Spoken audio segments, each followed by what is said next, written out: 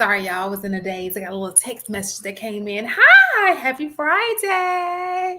You guys, it is Father's Day weekend. This is a shout out to all the daddies out there. Main daddy, sugar daddy. That's my daddy. Step daddies. You are not the daddy. Happy Father's Day. Oh, what an You ever watch awesome Fraternity weekend Court? it is. You ever watch Fraternity Court? You said what? You ever watch Fraternity Court? Speaking of Fraternity Court, I'm glad you mentioned that. Give me a second to introduce everybody, and then we're going to go into Fraternity Oh, Court. DAP, Marky Mark, Enos. I'm Shan Monet, formerly known as Shantae. Oh, shoot. Formerly known as Shantae, and this is a Chic critique. Okay, Fraternity Court. Yes, I watched Fraternity Court. What were you about to say? do you like what? Like my guess ratio is like 95% when it comes to them babies. It's the eyebrows, the eyes, and then I'm telling you, I'll be like, that ain't his. You are not. He in trouble. Listen. You are the father. That's how that should be fun. This is the only thing. This is the only thing I have a problem with Fraternity Court. Even with the Maury show. That is fine that you guys have your issues, but why are you showing this baby? This poor innocent child may be like, and they're just clueless to what they're on camera for. And they're just so innocent in the entire situation. And it's like, I hate that. But let me tell you this. I'm glad you brought Fraternity Court up because our first story is Fraternity Court. A man, we couldn't show the video because, copyright issues.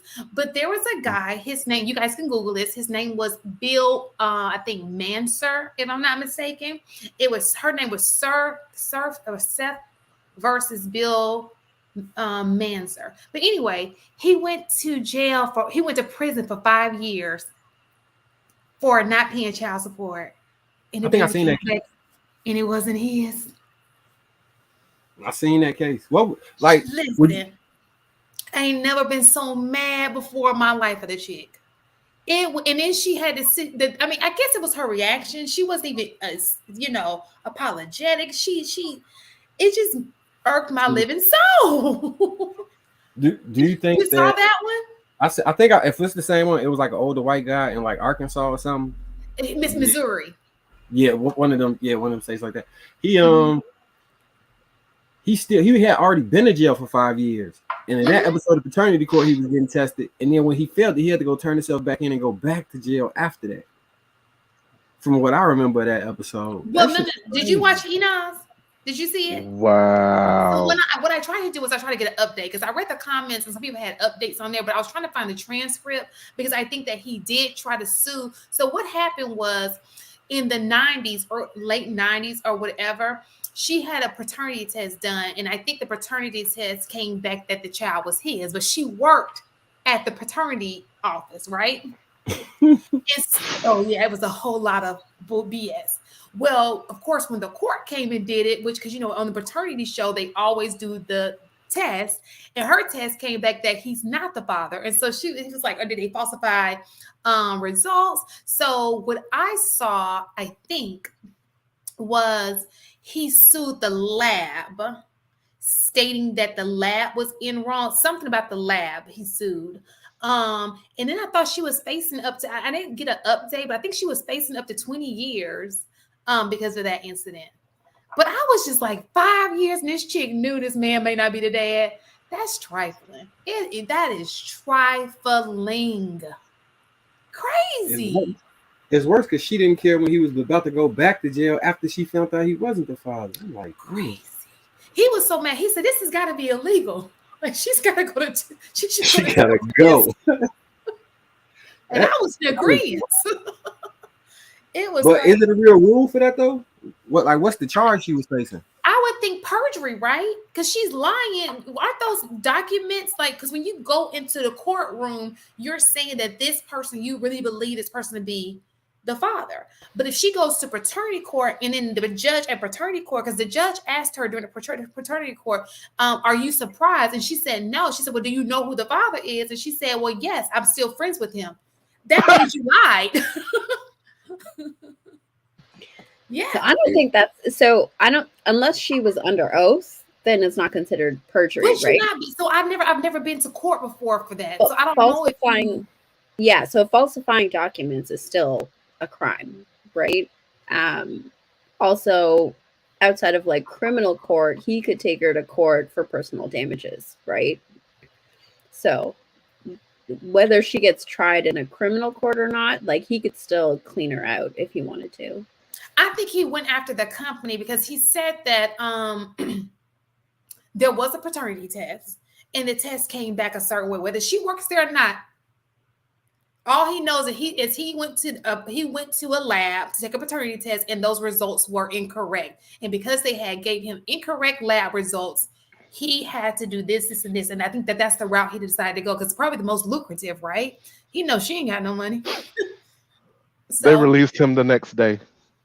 They did. He did You have read to, it? yeah, he had to report back, but they released him the next day. Oh, good. And they sued. They meaning the lady, and I could tell you her name. Shit. It would start with an S, right? Seher, Seher, Manser versus Seher. Mm-hmm. Bill Manser and it doesn't even show her first name at all. Ain't that some anyway, yeah, he was released the next day. They're both suing LabCorp for the result that happened in 1993. He ended up paying over $30,000 in child support, and that's all part of the lawsuit. He wants to recoup his funds from someone, basically. I don't blame him. But good news is I looked up Georgia law, and last year they now make it a requirement for you to take a paternity test before you go into the court of law stating for custodial rights. When as it relates to child support or anything else, before they can proceed with anything, they make the DNA test kind of the part of the package. So kudos for Georgia. Yeah, that's what's up. I think that should be one of the, like, when everybody talking about what they're gonna fight for or what they want to see changed. I think mandatory paternity test. You have to opt out of it when you have a baby. That should probably be the rule. Where they come unfortunately, it's a state thing. So it would have to be up to the individual states to make those changes. So, but I think the internet is helping with this situation. I think that all of these things are coming to light. All these trifling people are, we can see them. And I think that there are changes slowly but surely being made. Hopefully more states will catch on to that. I didn't have an opportunity to look at all the states, but I did look at Georgia, and I did see that Georgia last year, like before you would be able to go to the hospital and sign a paternity document and say, I acknowledge that I am the father. They won't even allow you to do that anymore. They'll let you sign it, but it doesn't mean anything. Thanks for the signature. That's good. So thought that was an interesting story. So, any more any news? Y'all had all that news to share in the little chat. I thought you was gonna bring it up. Let me see. I didn't get a chance to look at it because I was in the kitchen. There was a lot. And y'all do be writing a lot. Like a dissertation. That's chaotic.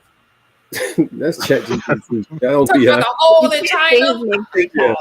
Yeah. I said chaotic. My brain can't tolerate that tonight. I just can't do it. Anyway, I do apologize. We're just mumbling right now.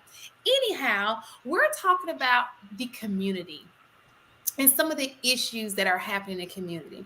Listen, I know we sit here and we talk about marriage all day long, but I do not see anything changing. The more and more I look at the internet, the more and more I look at all these other things, I think that more people, races of people, are starting to not care about marriage.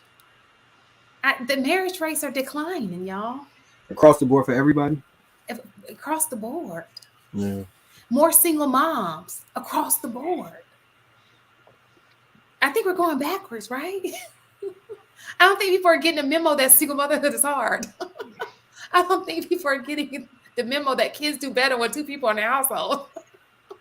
Or they just don't care. They probably don't No. believe 50 greasy. How hard is it to be a single mother? That hard. There wasn't even a word that came out of Shan's mouth. She couldn't even say a word. How hard is being a single mom? It's hard. It's hard. And I have active, I have an active father, so but you know what's so crazy? I did see, and I wish I would have had the stats with me. You guys can all Google this. I read that Black men actually, now this is not me speaking for, because I know kids, think about the child does better when both parents are in the household. Mm-hmm. But I did read that Black men are more active when they're not married than when they are married. Google. Okay, no. Let me. I didn't do that right. Oh, Let me erase. That's a damn lie. What's that? Men in Black. Erase. Okay. Let me take that step back. What it said was when both parents separate, whether it be they weren't married and they separated or they were divorced. Mm-hmm. The people who are never married, the father is more active than the divorced father. I think I could probably see that. That sounds like a situation where no, I still can't though, because now that's what that. Listen, I didn't make this shit up. Let me tell JR to add this, okay? Because this really is the research. Like that. Look, that's what it said. unless I was pleasantly surprised as well. 30% of the kids because ain't most Black men are not married. It did make them like they're very involved individuals. Maybe 30% of the kids ain't there, so that divorce was about the being theirs. Listen, so of course he ain't gonna be happy. Let's take. So we saw the Brian McKnight story, right? And Brian McKnight had his own kids. He got a divorce and he married a new woman who had kids. So now he's stepdaddy. But then he also produces a child. Now he is no longer involved in his other kids' life.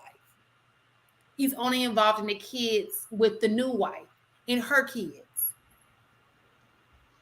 Isn't Steve Harvey, hasn't he been accused of the same thing too? I think that they've made some progress. I think that in the beginning that was an issue, but I think that as time progressed, he became more and more involved with his kids as well. I think Brian McKnight was just straight out in your face. No, I think he's the only one who told the world. No. So I have a friend who went through this exact scenario twice, actually. The one who left the girl at the altar, and the other one they broke up for whatever reason. Both of those mothers of those children refused to let him see the kid after he moved on to a new woman. You think that could have something to do with it? Because Brian McKnight?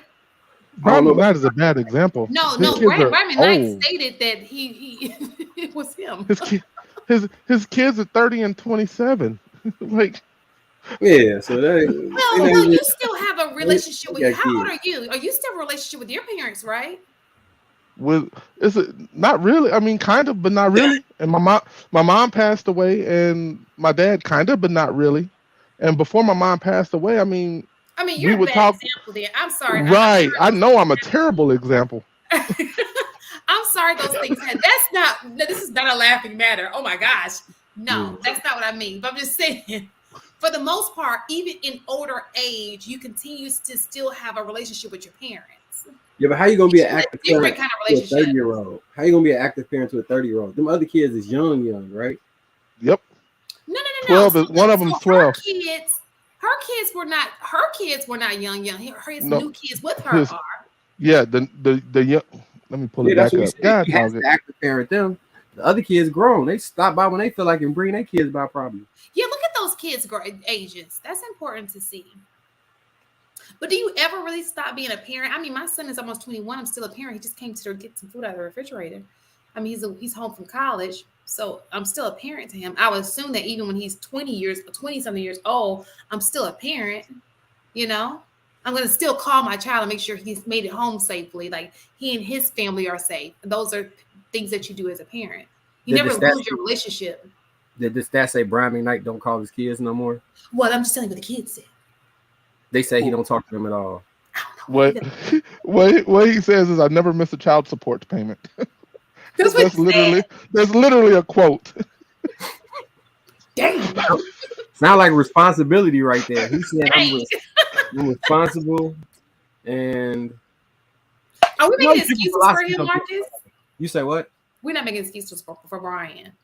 No, it's different philosophies for being a father, right? So I heard people say that kids fare better when the father is not there and he's emotionally detached because it gives them a chip on their shoulder, which propels them through society. So maybe he was trying to make his maybe he was trying to make his kids the best they could be, productive citizens of the world, but not sticking around that hard. No.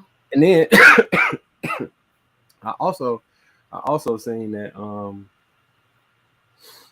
that was just one example, so we can't take that to mean that that's what the rest of the black man is out here doing. And if that is indeed the argument you guys want to go with, then you can't be mad when Gloria Harvey took Steve Harvey's last name because she's now an adult, right?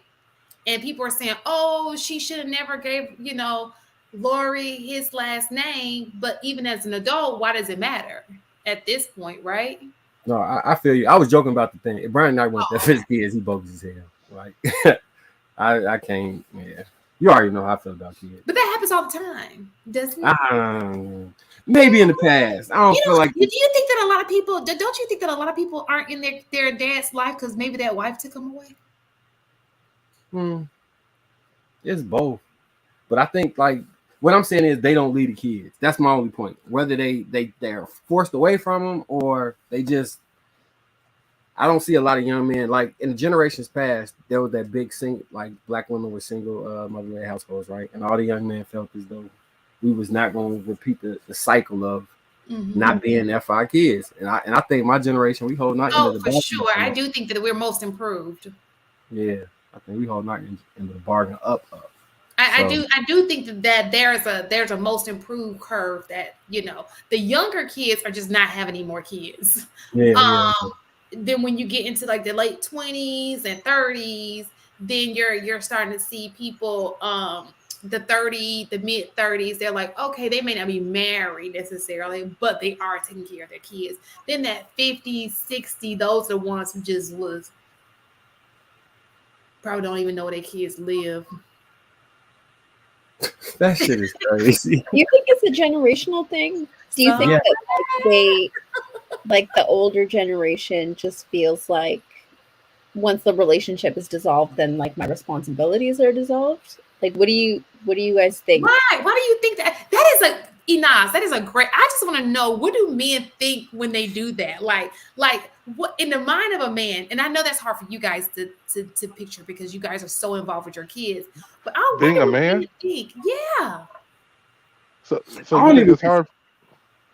Go ahead and repeat the question. I don't think I'm understanding.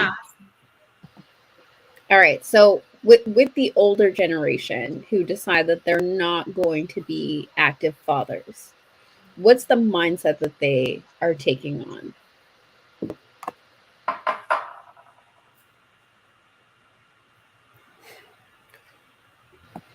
Like, is it a, the relationship is dissolved, so my responsibilities are dissolved? Is it what Marcus is saying? Because I've heard that's not the first time I've heard that, right? Like, I did it to make them tough. Is it? That's a bullshit ass reason. No. I don't disagree with you, but it doesn't mean people aren't using that excuse, right? So I'm gonna again get personal and use a personal example. I'm actually gonna try to speak from my dad's point of view.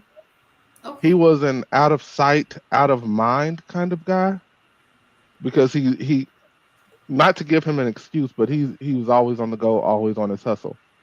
So unless I was there with him, I was the furthest thing from his mind because I got the opportunity to see how he thought. Well, I mean, once I went down there and started to rekindle that relationship, I got to see the way he moves and I understood. But from a me point of view, I don't know. I don't understand. I mean, sometimes you have to change states, find the mom a job so that you can have your kids near you. That's Like what you I think that's I think that's what some men do. That's what Listen, you did. I know men, I know older, Some men do that, older Marcus. generations. Salute, Listen, salute. That's I what's know up. older generation of people who live on the same street as the man. Because you know, back in the day in the country, they used to live on the same street and they won't even see. When I remember earlier when I was saying that we've been doing polygamy for a while, it just was done differently. That was one of the examples. We heard about that shit a lot. I'm And sorry, y'all live on the same street. and I think that probably some of it also stems from the grandfathers. Hey, like the kids are at home with mom, and I'm out here on the grind to make sure that life continues to be what it is for us. And I think that is something that they pass down. But I think what happens as it passes further and further down, we begin, I want to say our generation began to understand that in order to have healthy adults, that we need to be there, and we can also grind and still spend time with our kids.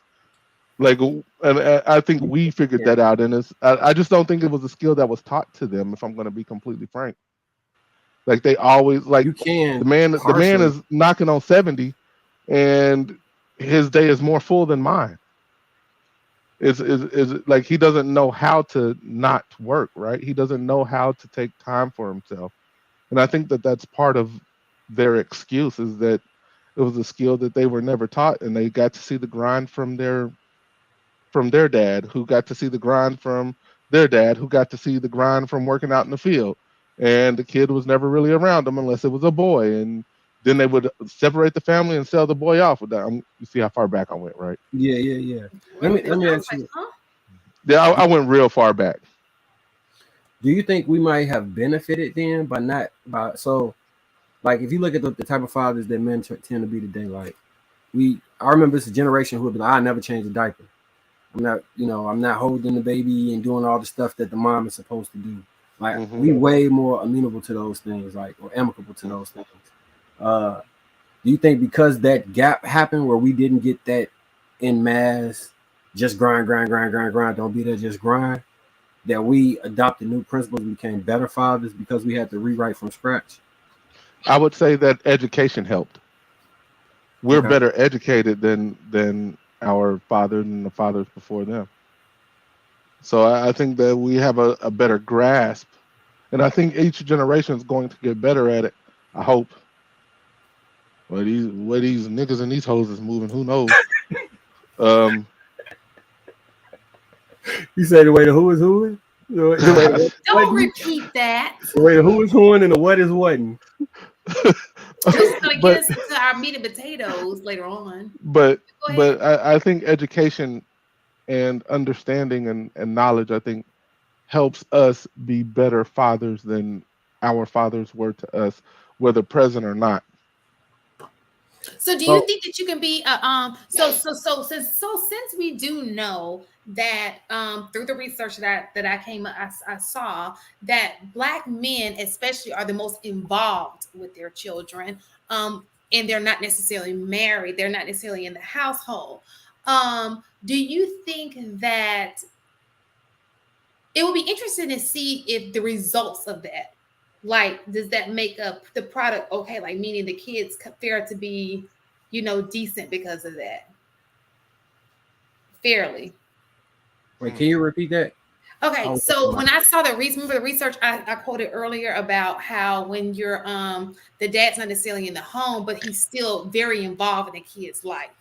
Does it give the same results as being in the kid's life, meaning as far as the kid is concerned, the success of the child? If I had to guess, I would say no. Like, it's really hard to impute everything you want to do from a distance, right? No matter how well-meaning your intentions are, it's just certain things you get from day-to-day interactions that you can't replicate, no matter how much quality time you spend with somebody. It's the middle in between time where you really get the bond, where you really get to know the person. It's when you're not doing nothing, they not doing nothing. You say, oh, my son like to play with Legos. Let me get him this Lego set. You can't really plan that quality time where y'all go through him not knowing how to build stuff, and you teaching him each piece. And But you know what? Let me take that. So when I look at it, so when I look at, let's just say we have two parents. We have Enos and Marcus. They're married. Even though Marcus is married, this is hypothetical. Enos and Marcus are married. They don't not married. I'm sorry. They have a kid together. They're not married. This is hypothetical, you guys. So Marcus gets the kid 1 week. Enos gets the kid 1 week. So he has to spend quality time with the kid because Enos is not there to give him a break. He has to do it. He has to be hands on. nah, we 1 week That's not on, how that 1 week off. We'll be better staying together and raising the kid together. Like it, because it's gonna be some calls that a woman would make, right, or Inaz would make, and it's gonna be from her perspective. And if I wasn't there every day, I wouldn't be able to see it and be like, no, babe, you're looking at this wrong, X, Y, Z. You get what I'm saying? It again, it's those intangibles that make relationships extremely valuable, that make you love somebody, and they help with raising a kid. It's not the stuff you can list on paper that's really gonna hit the hardest that come home. It's those in between things. The small things are really, really big things in the long run. I like that. Good answer. So just to add to that, there's also like the inconsistency, right? I think that no matter how much people try to create a level of consistency, you've two people operating separate individuals, right? That type of dynamic, no matter how hard you try to make it perfect, is still unstable for a child, right? And that hinders their ability to develop and to perform. Wait, say it again. Which dynamic? I'm saying I heard everything, but which dynamic? The beginning part? The inconsistency? Yeah. Okay. Yeah. So that brings us. So another point that I want to make, because somebody brought it up before we get into the meat and potatoes. One good point somebody brought up was you don't even know who your family members are. It's people in their 50s and 60s who don't even know their cousins. You could be going on a date with your cousin, your sister. That is disgusting. And I told you that shit happened to my cousin before. Yeah, it definitely happened before. And when you don't know the daddy, somebody said the pappy, when you don't know the dad, that is, I mean, you have a whole family that you don't even know. And you can come across and just fall in love with your first cousin. Did you see that video of that couple that went viral? Like they're married, have children. Saw that when she found out that was a brother or something. Yep, siblings, and not like half siblings, like full siblings, married, children. I don't remember, but have a whole family. Damn, was the kids okay? You gotta ask. That wasn't abnormal back in the day for like royalty. They used to do stuff like that. Not siblings, cousins. Yeah. Cousins. Whatever it is, still kinfolk. Their kids was too. You think that so? inbreeding? Well, yeah, because you got cousins and cousins and cousins. Like once you start going down some generations, that gene pool is real shallow. It's still real shallow. The reason I asked is because Kevin Gates be talking about this. Well, he used to talk about it. That he had a cousin that was thick, and he was like, "Oh, I can't leave this one alone here. That's my little baby, my little baby." You never heard him say that? I don't even know who that is. He's like, "I don't get tired. That's my little baby." Kevin Gates, yeah. He said about his cousin. Yeah, on like he was going with that shit for like 2 years too. That shit was crazy. That is. I know somebody in the chat knows. So let's talk about. So this goes into sex is killing our community. Do you think that people are just too obsessed with sex? I mean, think about it. Single motherhood, all because of sex. Low marriage rates. If you weren't getting sex, you'd be getting married. We just saw that article about the coach who was molesting those kids. I'm sorry, you guys. We saw an article about a coach molesting kids. Sex. So, do you think that sex is bringing the community is really the biggest problem in our community? So you're really going to hate this answer. But I will say this: men haven't switched up. We have always been hypersexual people. Like that's just kind of how we are. If there's an opportunity, we're gonna poke it down. What I will say is the culture is now hypersexualized for women as well. So yes, there's more sex because more women are giving sex up freely, and I think that when the one point in the manos in the red pill manosphere is women need to close their legs. But again, like we're guys are going to like since the beginning of time we're gonna have sex. That's just that's the shit like that's what we do. You give us an opportunity, we're gonna take it. For the most part, I mean, So do you think that do you think that people are just now having sex? Like I think that people have always had sex. no, it hasn't been as it has never been this like this hypersexualized is the word that comes to mind.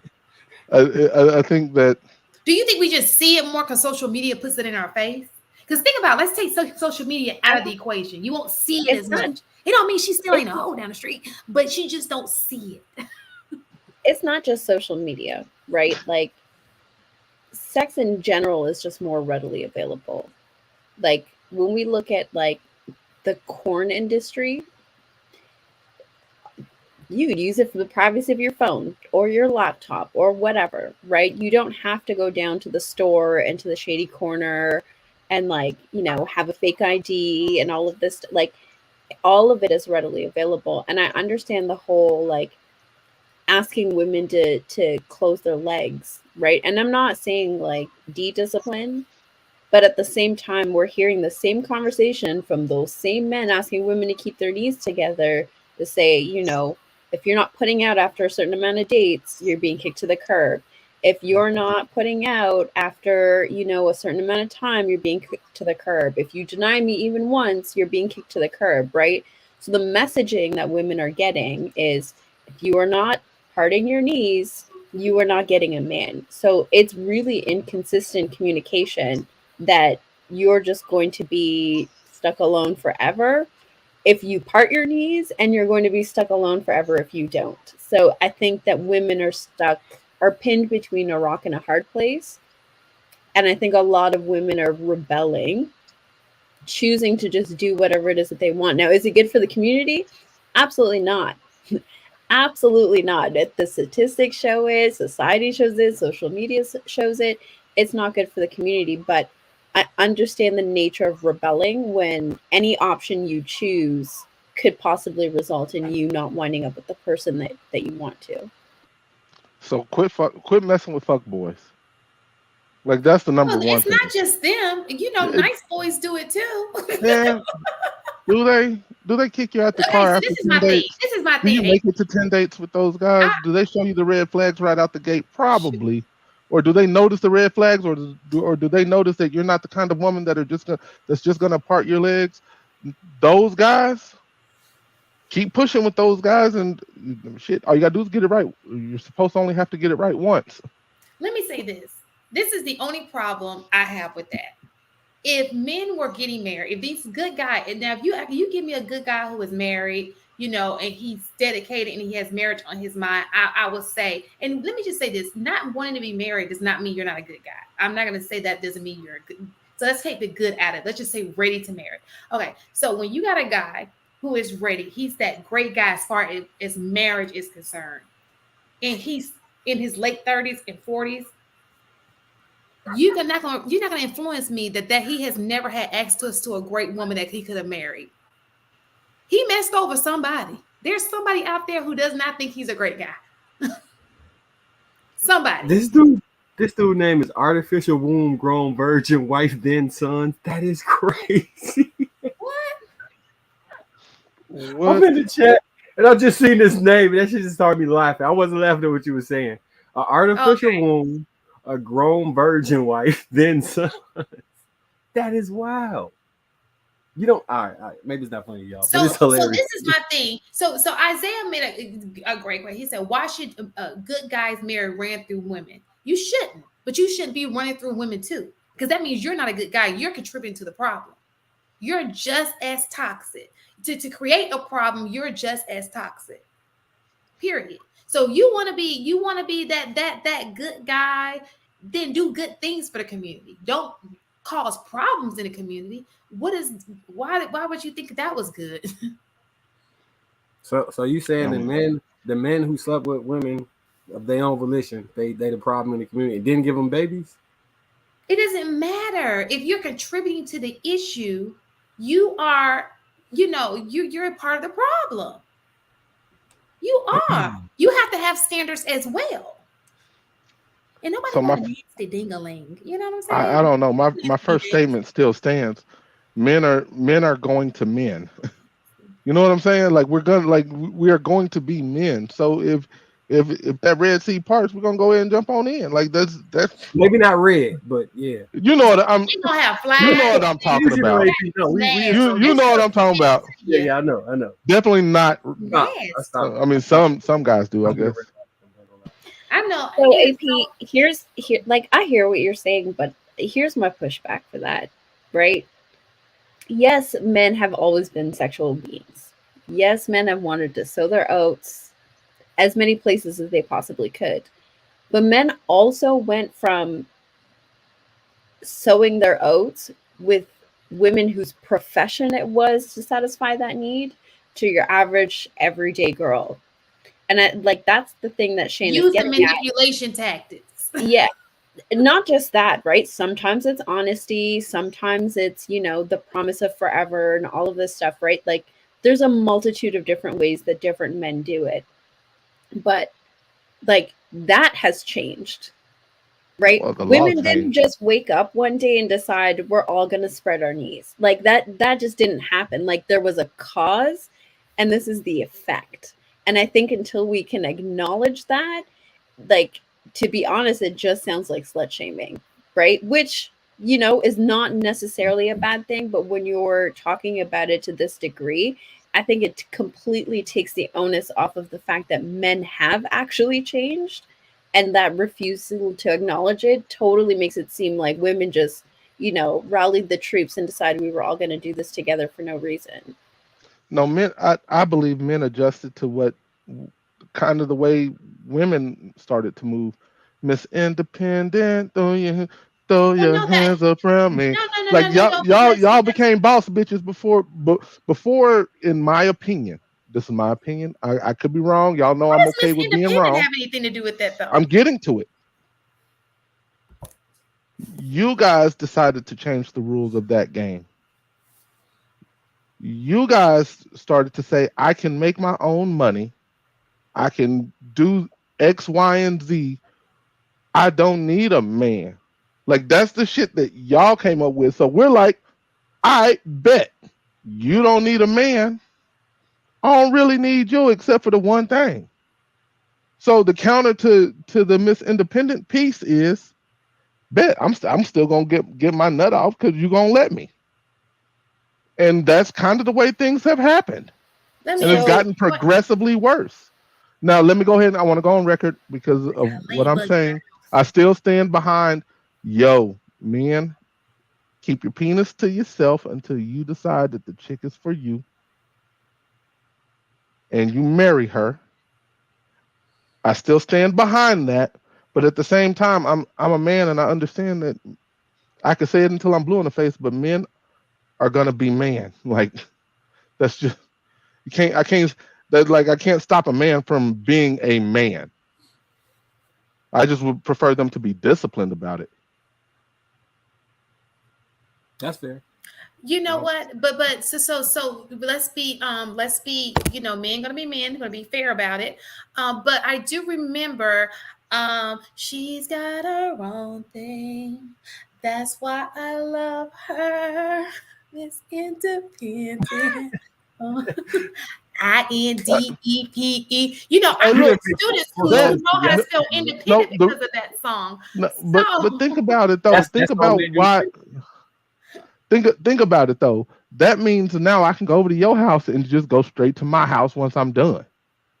Bet Cool. That plays into exactly what we would be I'm cool with not, as you know, a I single don't disagree dude. with you. You know, I am. Like, bet we're gonna follow it up. Miss Independent, I Desirable bet culture really INDEPE. Like yo, we'll rock with you too.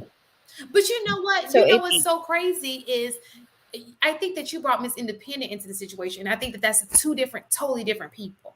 Okay. I don't think Miss Independent is necessarily the person who is out here being freak nasty, dropping it like it's hot. You know what I'm Shit. saying? No, no, no, no. Because we've already discussed that in order for you to be successful, you would have to, it takes a certain mindset to get there, right? A certain hustle to get there. So I don't think that that's necessary. I don't think they're necessarily one and the same. I think there are people who are false like Miss Independent, ghetto Miss Independent, you know, and I think that they are. But and the reason why I say that, listen to what I'm saying. I'm listening to you. I'm listening. Because I know a lot of men who are married to independent women, they're independent way, but then they come together and they like them that way. Like they're decent girls, they have their own thing going, you know, because mixed independent to me is just a separate, like she just can stand on her own. You understand what I'm saying? And that's if I go, you go to college and you meet a girl and she's just like you, and y'all end up getting married later on in life, it doesn't mean she was out here freaking nasty. She just can hold her own. She's in med school. She's doing all these things. She is Miss Independent, but she just had other. Does that make sense? Doesn't mean she's in the streets. She's misfunctional adult. I think independent is not the right word. She's simply a functional adult. She can afford her own place. Great. You have a place to live. You can get around, so you got a car. That's great. I'm glad you got money. Otherwise you wouldn't be able to have the car and have your own place. That's great. That to me is not necessarily what it means to be what they're saying when they say independent in that way. So what's The way independent? the way Can the we way I define? hear the way I hear all of the music songs is I don't need a man. Okay, we're not talking about music. We're talking about real life because we know music is just Well, music. but that persona comes is it's the same persona that we see in real life is I don't need a man, and we hear it constantly and consistently, especially in these spaces. And then we hear when they turn 45 and 45 where I can't believe it can't be this hard, and it shouldn't be this hard. Well, shit, y'all changed the rules of the game about 2016, so yeah, it's gonna be this hard. So let me ask Like, you a question. this is just my opinion. So what's your idea of so let me, you know, I know you have something to say because I'm kind of going to change the subject, not really change it, but I'm going to dig a little deeper into that. Go ahead with your question. No, it's cool. Go ahead. So Miss Independent, okay. Why do you think that women, okay, so when we talk about, let's take out the music, okay, because I think we keep going back to music and it's just music. So when we look around us, does it look like most women don't want to be in relationships around you? Most of the women you know, do they not want to be in a relationship? I don't know if I'm a good example, but no, most of the women that I know want to be in some type of stable relationship. How about you, Marky Mark? Yeah, in a relationship. How about you, Enos? Same thing. So I know what music is suggesting for us. It also tells a lot of music says a lot of other things we should be doing, but we don't necessarily follow that. But when we talk about in real life, every day, most women want to be in a relationship. Now, do they just want to be in a relationship with just anybody? No. But most women do want to be able to rely on someone. So then it comes to what does Miss Independent come from? So when you see a woman who is independent, why do you think she's that way? If she wants to be in a relationship, but you see that she is independent, why do you think that is?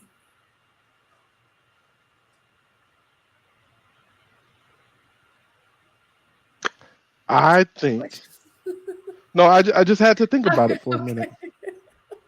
I think another thing something that I hear in these spaces that I think is true.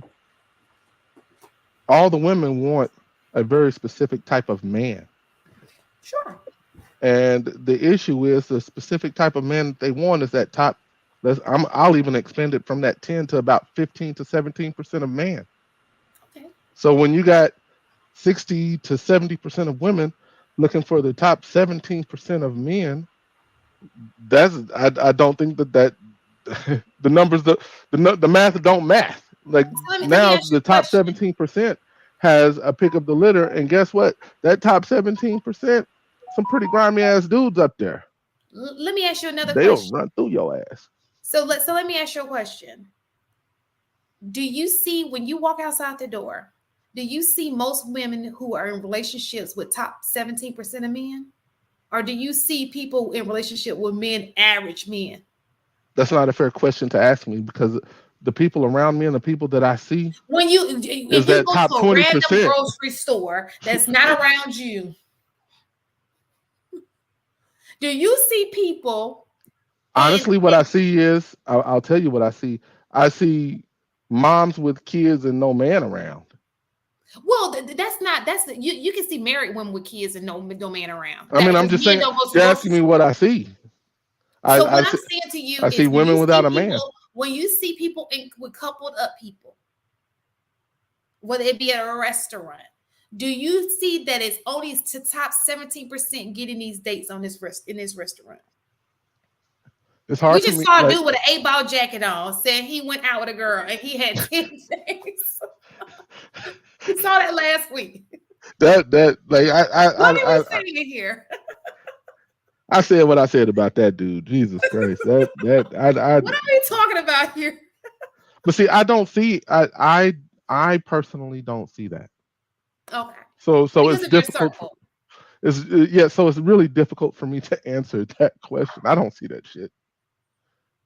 So, like, I want to backtrack a little bit, right? Because when Shan asked AP early on, like, why do you think that women are independent? Your answer was, these women want a particular kind of guy. There's this like whole time gap that we're ignoring that's existed between this and there. This whole wanting the high value man thing is a pretty recent thing, if we're honest.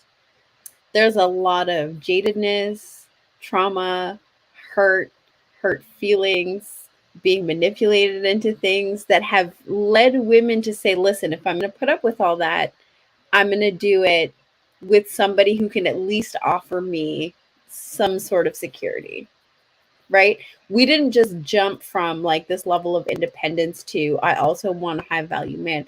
There was a time where women were willing to build with a man. And then it was a whole lot of women who did that and got left, who then started preaching to the next generation, don't do that, he's going to leave you. There are a whole lot of women who said, listen, a humble lifestyle is totally fine. And then he leaves her for a woman who has some means. Like, even the whole getting to the whole independent thing, right? There's a whole lot of women who have gone through these circumstances where they've been left hat in hand because men were the ones who were buying property, men were the ones who were buying cars, men were the ones who were working. Like, these things don't come out of thin air, and I wish we would stop ignoring that and like be able to have the conversation from the perspective of like, okay, this is what happened to get us here in good faith, right? Instead of just pretending that women just woke up one day and decided they were going to turn the world upside down. Like, there's a lot of hurt and trauma that comes behind this. And until we're willing to acknowledge it, I don't know that we'll ever come to a solution. Black men are perfect. Yes, you are. I agree. Yes, you are. So I Missy Nas, I think a lot of it, and this is gonna sound awful. I think a lot of it is the overeducation of the woman. I think she How can changed. you I be think again, overeducated? wait. I think when you compare her to the man, and I think she changed. She started to look for something different because she went and got her education. Mm.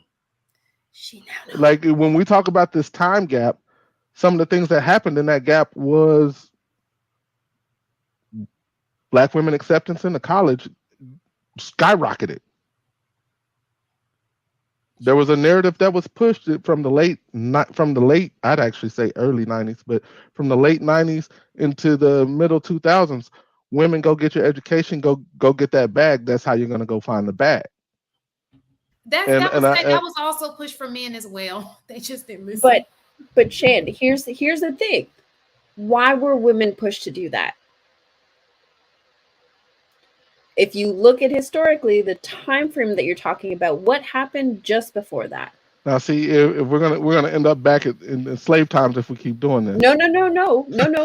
Cause and effect. There's different like actions that cause certain reactions. What happened just before the early to mid 90s for women to be pushed to go get their education, to go get the bag? What happened? Mass incarceration for 100. We have a winner. Women were forced into that position. It wasn't that women just decided we want to out-earn men for the fun of it, to have leverage. It was a necessity thing. Now, has it evolved to that now? 1000%.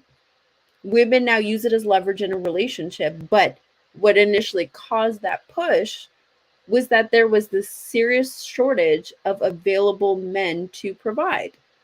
And so, like, we can't have this conversation without acknowledging it. I don't know. Is it really for? So of course you're right, but is it really about education?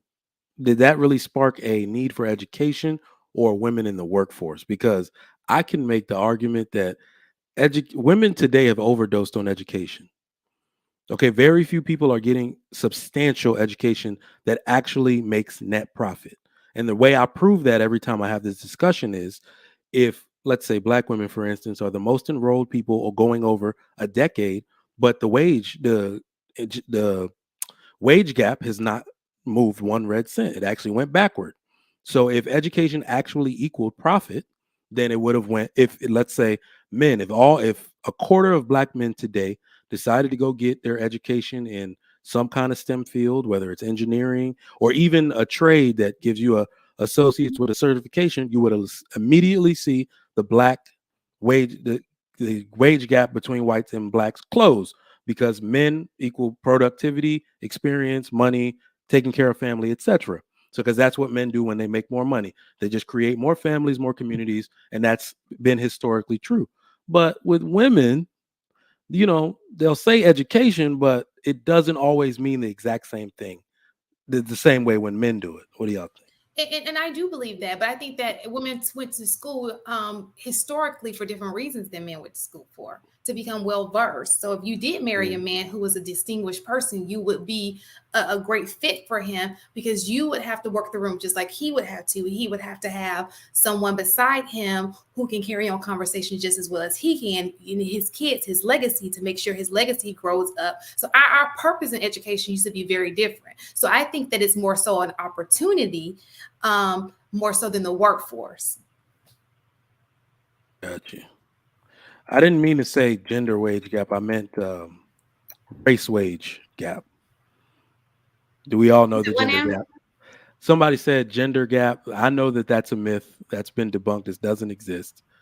I meant to say race wage gap. Like, because Black women have been the most enrolled in school for a decade, you would see the Black race make gains, right, in closing the wage gap with whites. But that's not what happened. It stayed the same and then went back a couple of dollars because of the amount of debt infused. So that's what I meant to say. Chat. So I agree with you on that front, Trigger Mike, right? Like, I don't think that the areas in which Black women are educating themselves are the most profitable, right?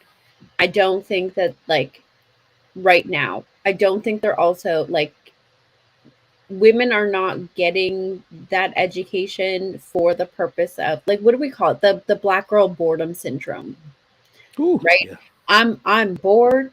I'm gonna go get my master's. I'm bored. Mhm. I'm gonna get a second master's. I'm bored. I'm heartbroken. I'm gonna go get my PhD. Right? That like Black women are overachievers in terms of the field of academics. Mhm. Right? That doesn't necessarily translate to the dollar amount. And yes, I agree that today most Black women are using their education as leverage in the relationship. But that has evolved from the point of like having to get your education, because what's the one thing all Black people are taught, boys and girls alike? You go to college to get a good job.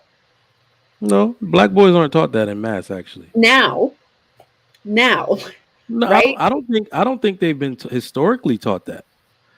I think looking from like when did they start closing the factories down? The 70s?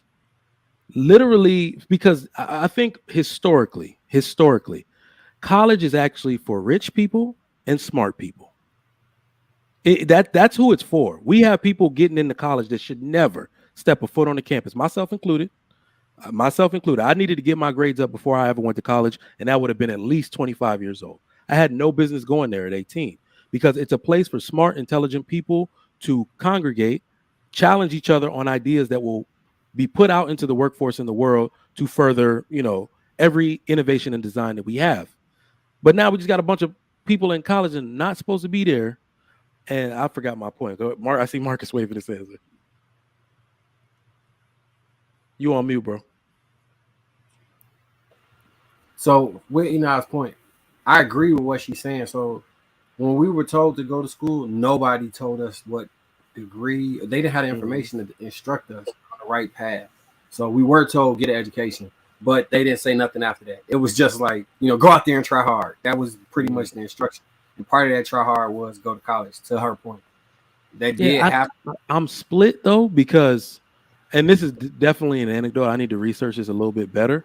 I felt like a majority of the men that when I was young, they were told to look for any available lucrative opportunity. So where I'm from in Virginia, damn near half my high school class, there were boys went to the shipyard on an apprenticeship.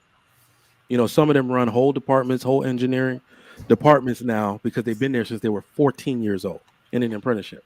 Right. So those jobs for men are lucrative, meaning that you're being taken care of. You're getting entered into a system that has a hierarchical pay structure, advancement structure, and all of that.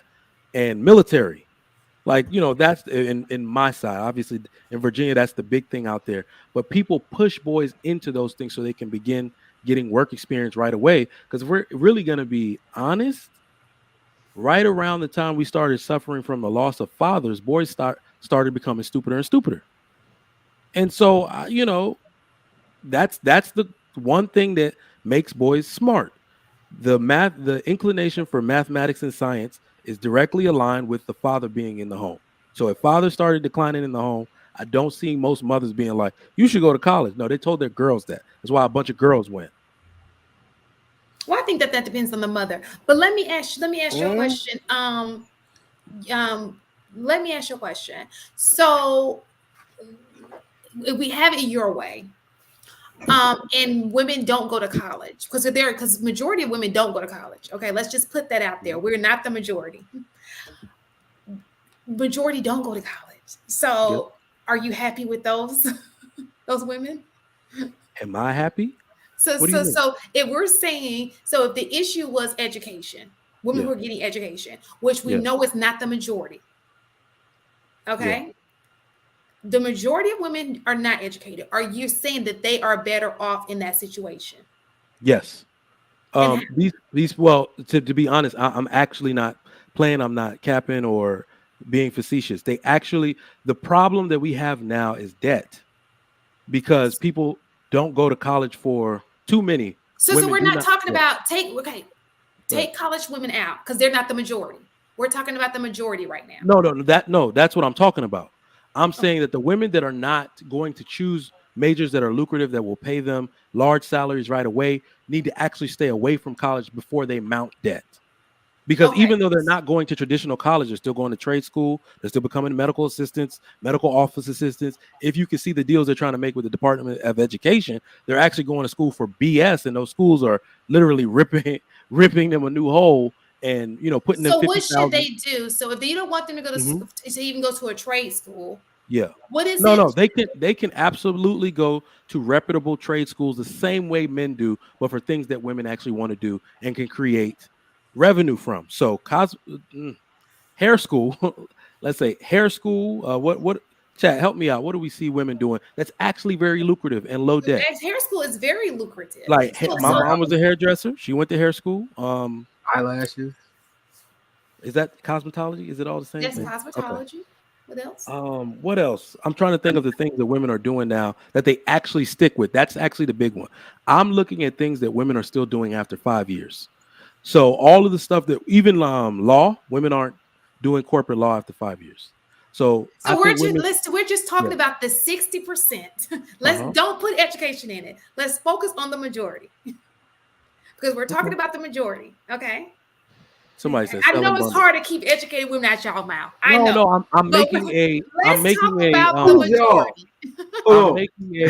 correlation between saying that women thought they wanted to do law, but they don't stay in it very long. So what I'm saying is women need to do jobs that it's documented that they stay in for the entirety of their life. The reason I make that assumption is because when men do most jobs, literally they are in certain jobs for the rest of their life, especially when the training was extensive. So my question is, what does that look like? What in society with the 60% we have? Okay. What is that success rate looking like? Because we know everybody can't do hair. Hair is a talent. Okay. Yeah. Everybody can't do hair. So what else is there that is lucrative? Oh shit, my bad. Won't be on welfare. I'm sorry. Women also do care jobs. Okay. Women do care jobs for an extensive period of time. Women are natural caregivers. So there's a nursing shortage. And in the nursing profession, as a nurse, I'm telling you that I push for that, not only for men, but especially for women, because in the nursing field, it's one of the only fields where you can end up doing 100 different disciplines inside nursing. It's not bedside nursing. You can work for an insurance company. You can answer the phone all day. You can go pick up blood from different sites. I push nursing school. So the beauty industry and care industry, women should go into primarily. That's my vote. AP, you know what I'm laughing at? Okay, go ahead, Nas. I got a Chevy with them butterfly doors. You have to have an education. You cannot. Well, take that part out. My bad. Have an education. They say AP look like David Banner. Go ahead, Nas. Oh, not child care. I hate the chat. I wanted to add one more to trigger Mike's list that isn't necessarily looked at as extensively, that women do stick with and tend to naturally be very good at, is sales. Sales does not require education for the most part. Women tend to be very talented with it because they're perceived as trustworthy. It is very lucrative depending on the industry that you're in, and women do stick with it past 5 years. So let me ask y'all a question. I ask this question all the time. So what is the issue? Because educated women are not the majority. Well, I think what really ends up being like, what do you mean? What is the issue? So why do we keep focusing on the minority when they're not the majority? So if we have more women who are not educated, right? Yeah. And they're still not getting married. They're not. Yeah. According to stats. We can't blame it on education because a lot of these women are not educated. If the welfare woman is not educated, more than likely. Well, I would actually say it's also, so this is actually the craziest. It's not, you're right. It is not just educated women. Those are the extremists. If educated women were the Taliban, women that went to college would be the ones shooting off missiles at other people. So they're just the worst with the behavior. I think the working woman, especially the working Black woman, is the one that gives people trouble. Literally, I think what it is that they're looking for something to focus on to have that leverage in a relationship. So anything becomes important and becomes in place of a man, because serving a man, God forbid, is the worst thing any woman can do. So whether it's being a manager at Walmart, whether it's working at Ulta Beauty, being in charge of some goddamn lipstick sticks, They will do that shit to death and claim that they don't have a time to take care of a man or a home because that's what they're doing. I just believe it's a working woman problem, not necessarily just an educated woman problem. Sugar Mike, did you just say working women are similar to the Taliban? No, yes. Like I Yes. said, So are educated. you saying that women should just not work? They should all just be on welfare until a man. Why do you go on the extreme? Absolutely not. It's not that women shouldn't work. It's the workforce. What is the workforce? What is the workforce? What is the workforce? You said the workforce is what's making them. So what's the workforce? The workforce is job, meaning your full-time job. So if you're A saying that is full-time the issue, that is the issue, Mhm. then what is the solution? If they have to have a job. What is the okay? This is the solution. This is the solution. So now I get what you're talking about. The solution is that job is not your priority. That is the solution. Women, remember I said dichotomy of purpose. Women believe the purpose is their job. That's why they're miserable. That job does not give purpose. In fact, women do that thinking that that's what gives men purpose, because women are actually just trying to be identical to men. Everything women are doing in modern times, they're trying to match men. Well, men get high off pride. Women got it wrong. We don't get purpose from the job. We get purpose from the job giving us the ability to provide for our purpose, which is our family, which is also our family. So they got it wrong. They give all they can give to a job that's going to replace them 2 days after they die.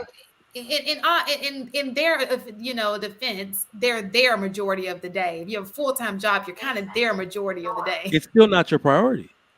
It's not it's not your priority. Especially when you leave, it's not your priority. However, it does kind of occupy most of your time, like most of your day. Like there's no way around it. Like it just is what it is. So in order for you to take that away and say, okay, you don't want her to have this problem, you have to take her out of the workforce. No, you don't. What? So this is what I keep saying. No, you don't have to take her out of the workforce. We're talking about a mental prioritization process here. Meaning, if more women had the mindset that my home is my number one priority, I think most women do have that. This job is no, Shan, don't play that shit here. They do not. They do not.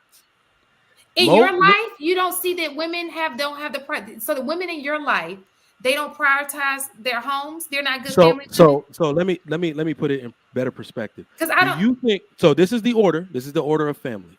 Okay. A woman's first priority is supposed to be her husband and or her man. But if she's not married, secondary is supposed to be her children, and thirdly, maybe she could prioritize that job. But men aren't marrying, so black men don't marry. This is what I'm saying. Well, what I'm saying is that throughout a woman's life, you need to prepare her with this setup anyway.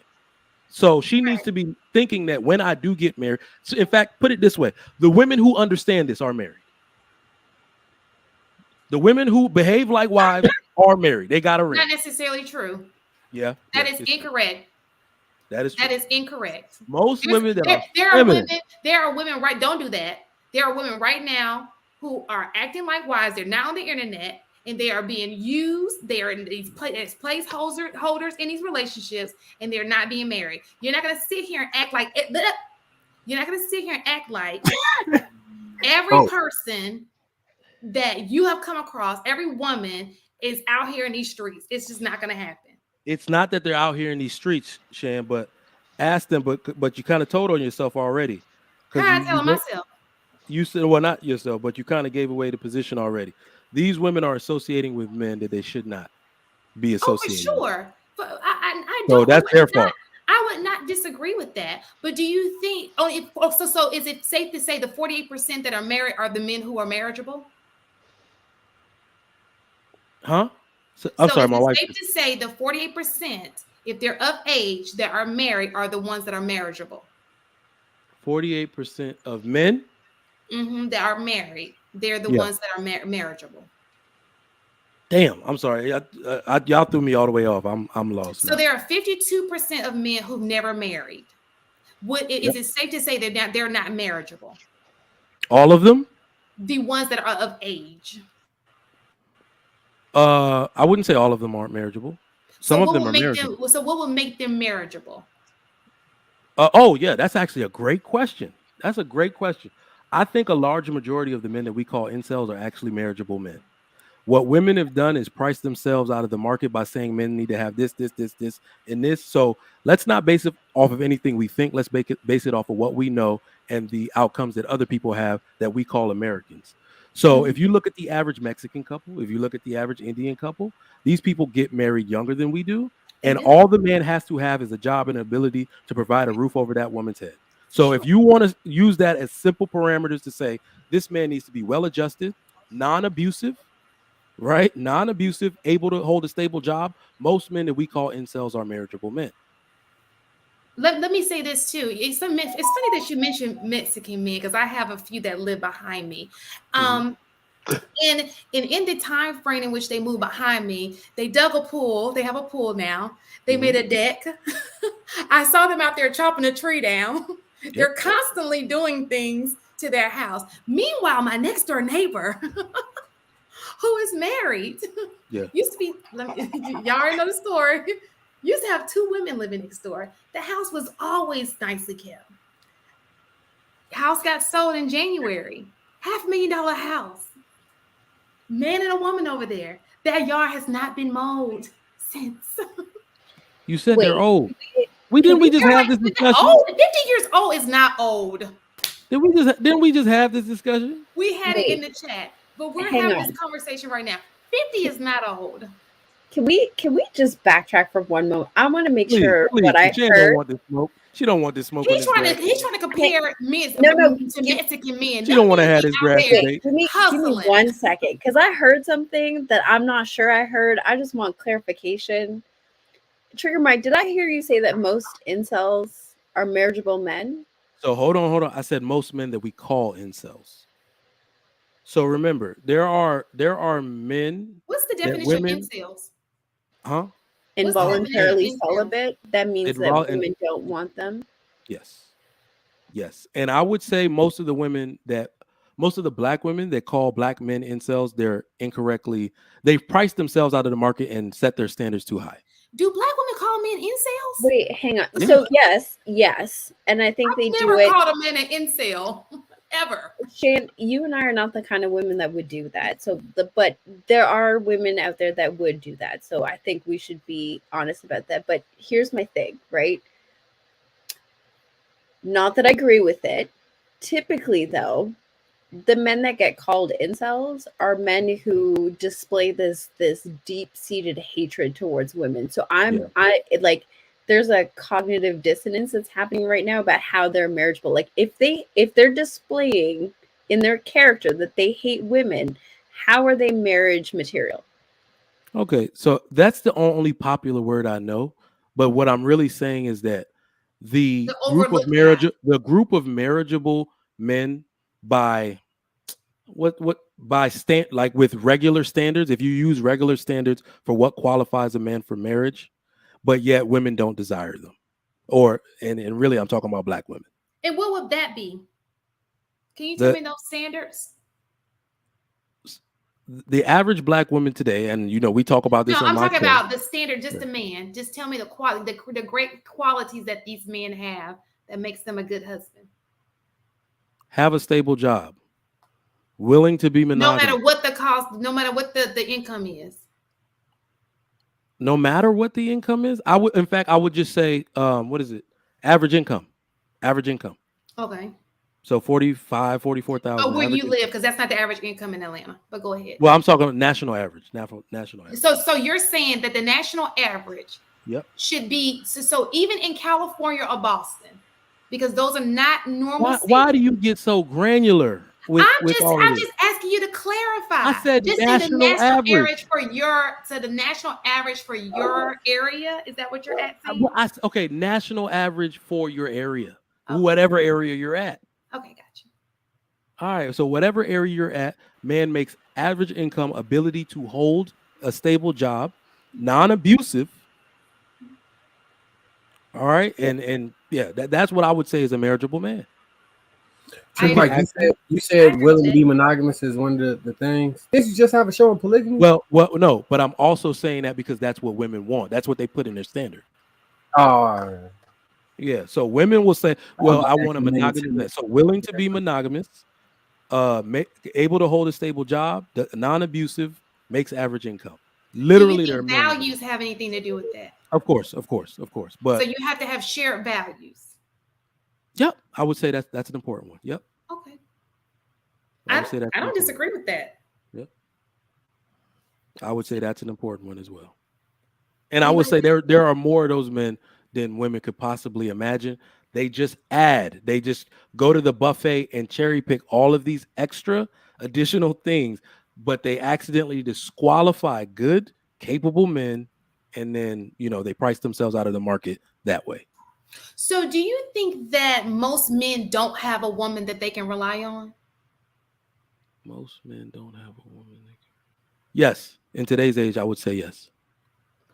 Today's age meaning early 20s, or is there an age limit to that? No, I mean, if you're a millennial or a Gen Z dating a millennial or Gen Z, I don't believe most men don't have a woman they can rely on.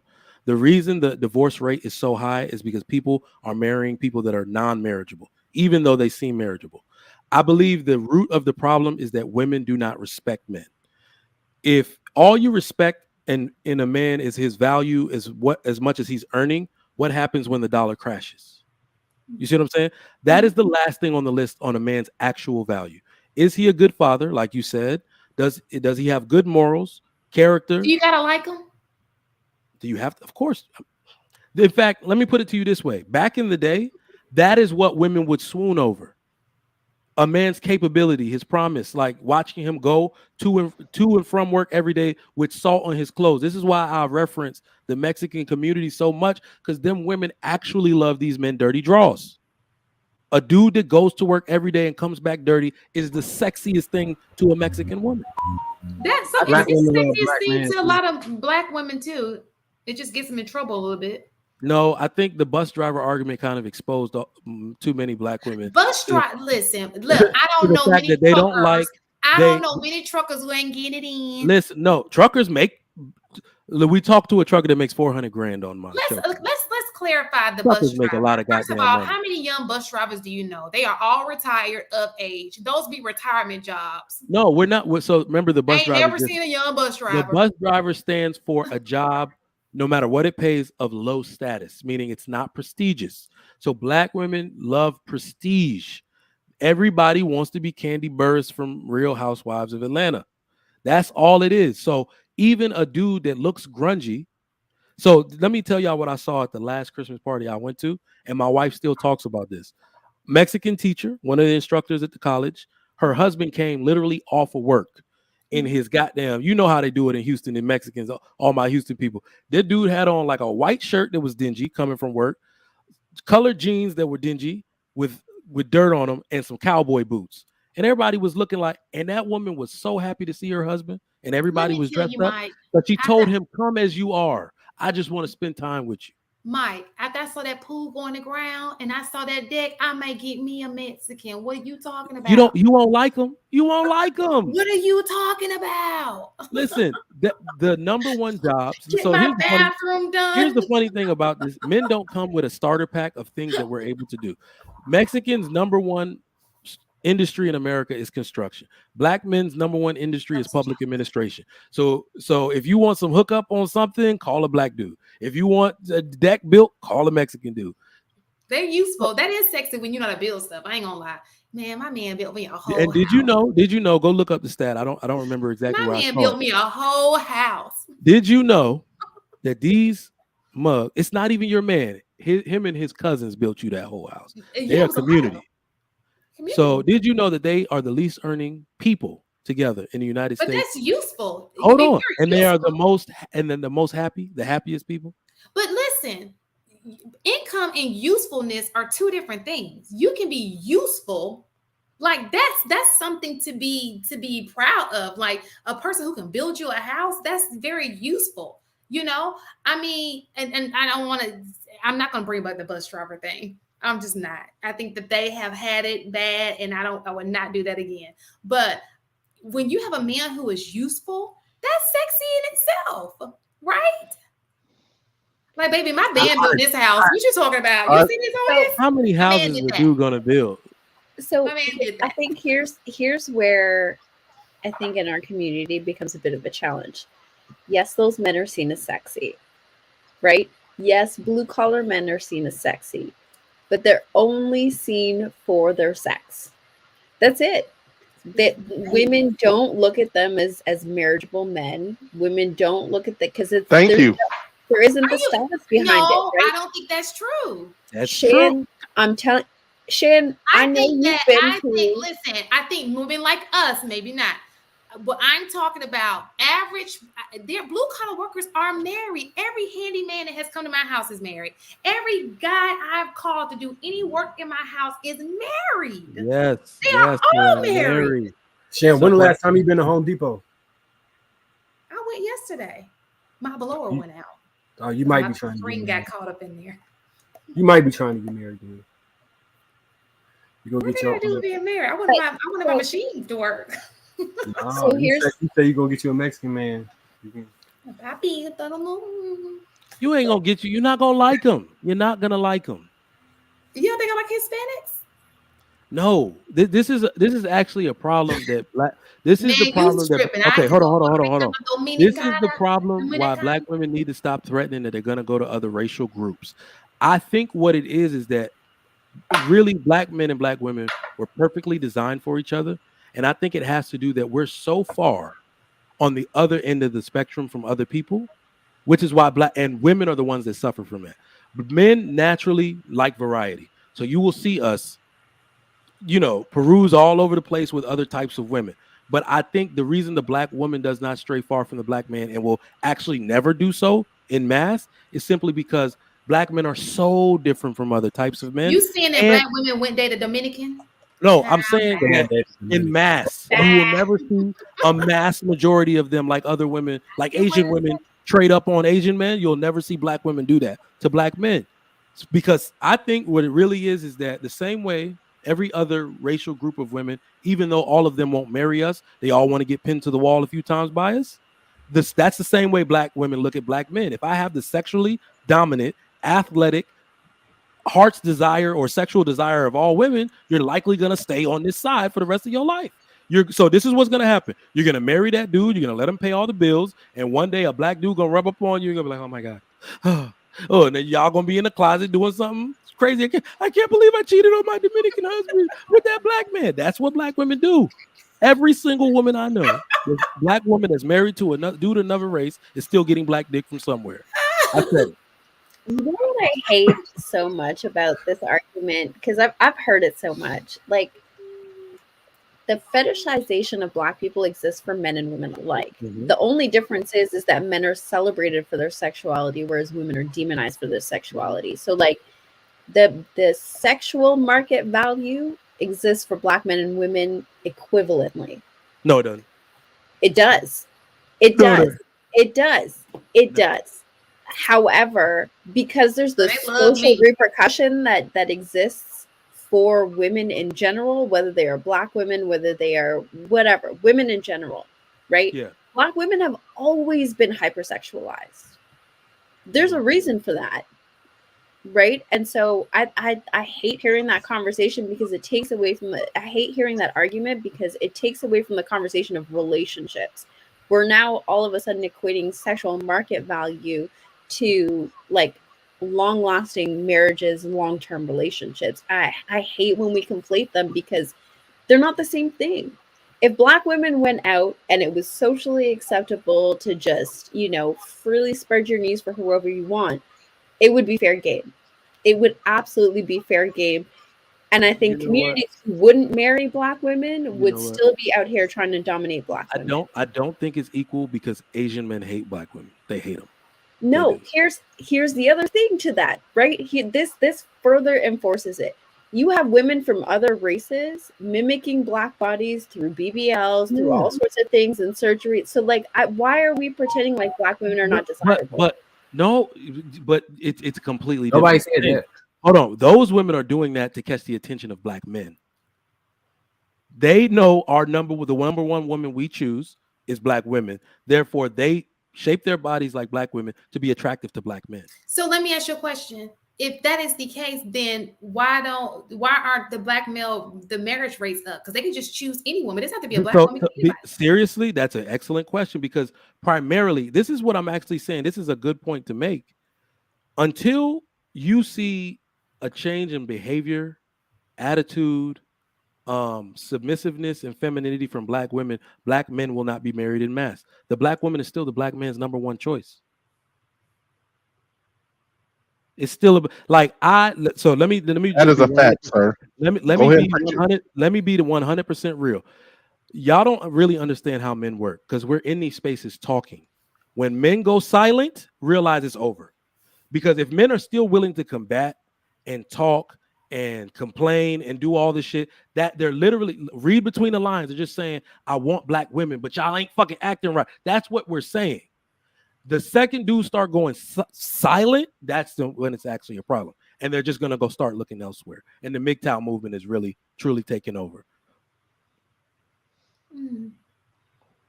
Okay.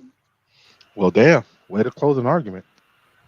You know, that's crazy. I have a young man who and I don't mind him. He's a podcaster, and he's a white man, and he loves black women. That's all his podcasts about white men, you know, how to date a black woman. And he actually emailed me today and asked me what. I was like, not tonight's show, but maybe next week, because I would love to hear how that's going, because y'all love to say white men don't like black women. Well, maybe we should hear from white men. Maybe we should hear from white men. Even to Ina's point, I know white men love black women. There are just not enough black women that white men like.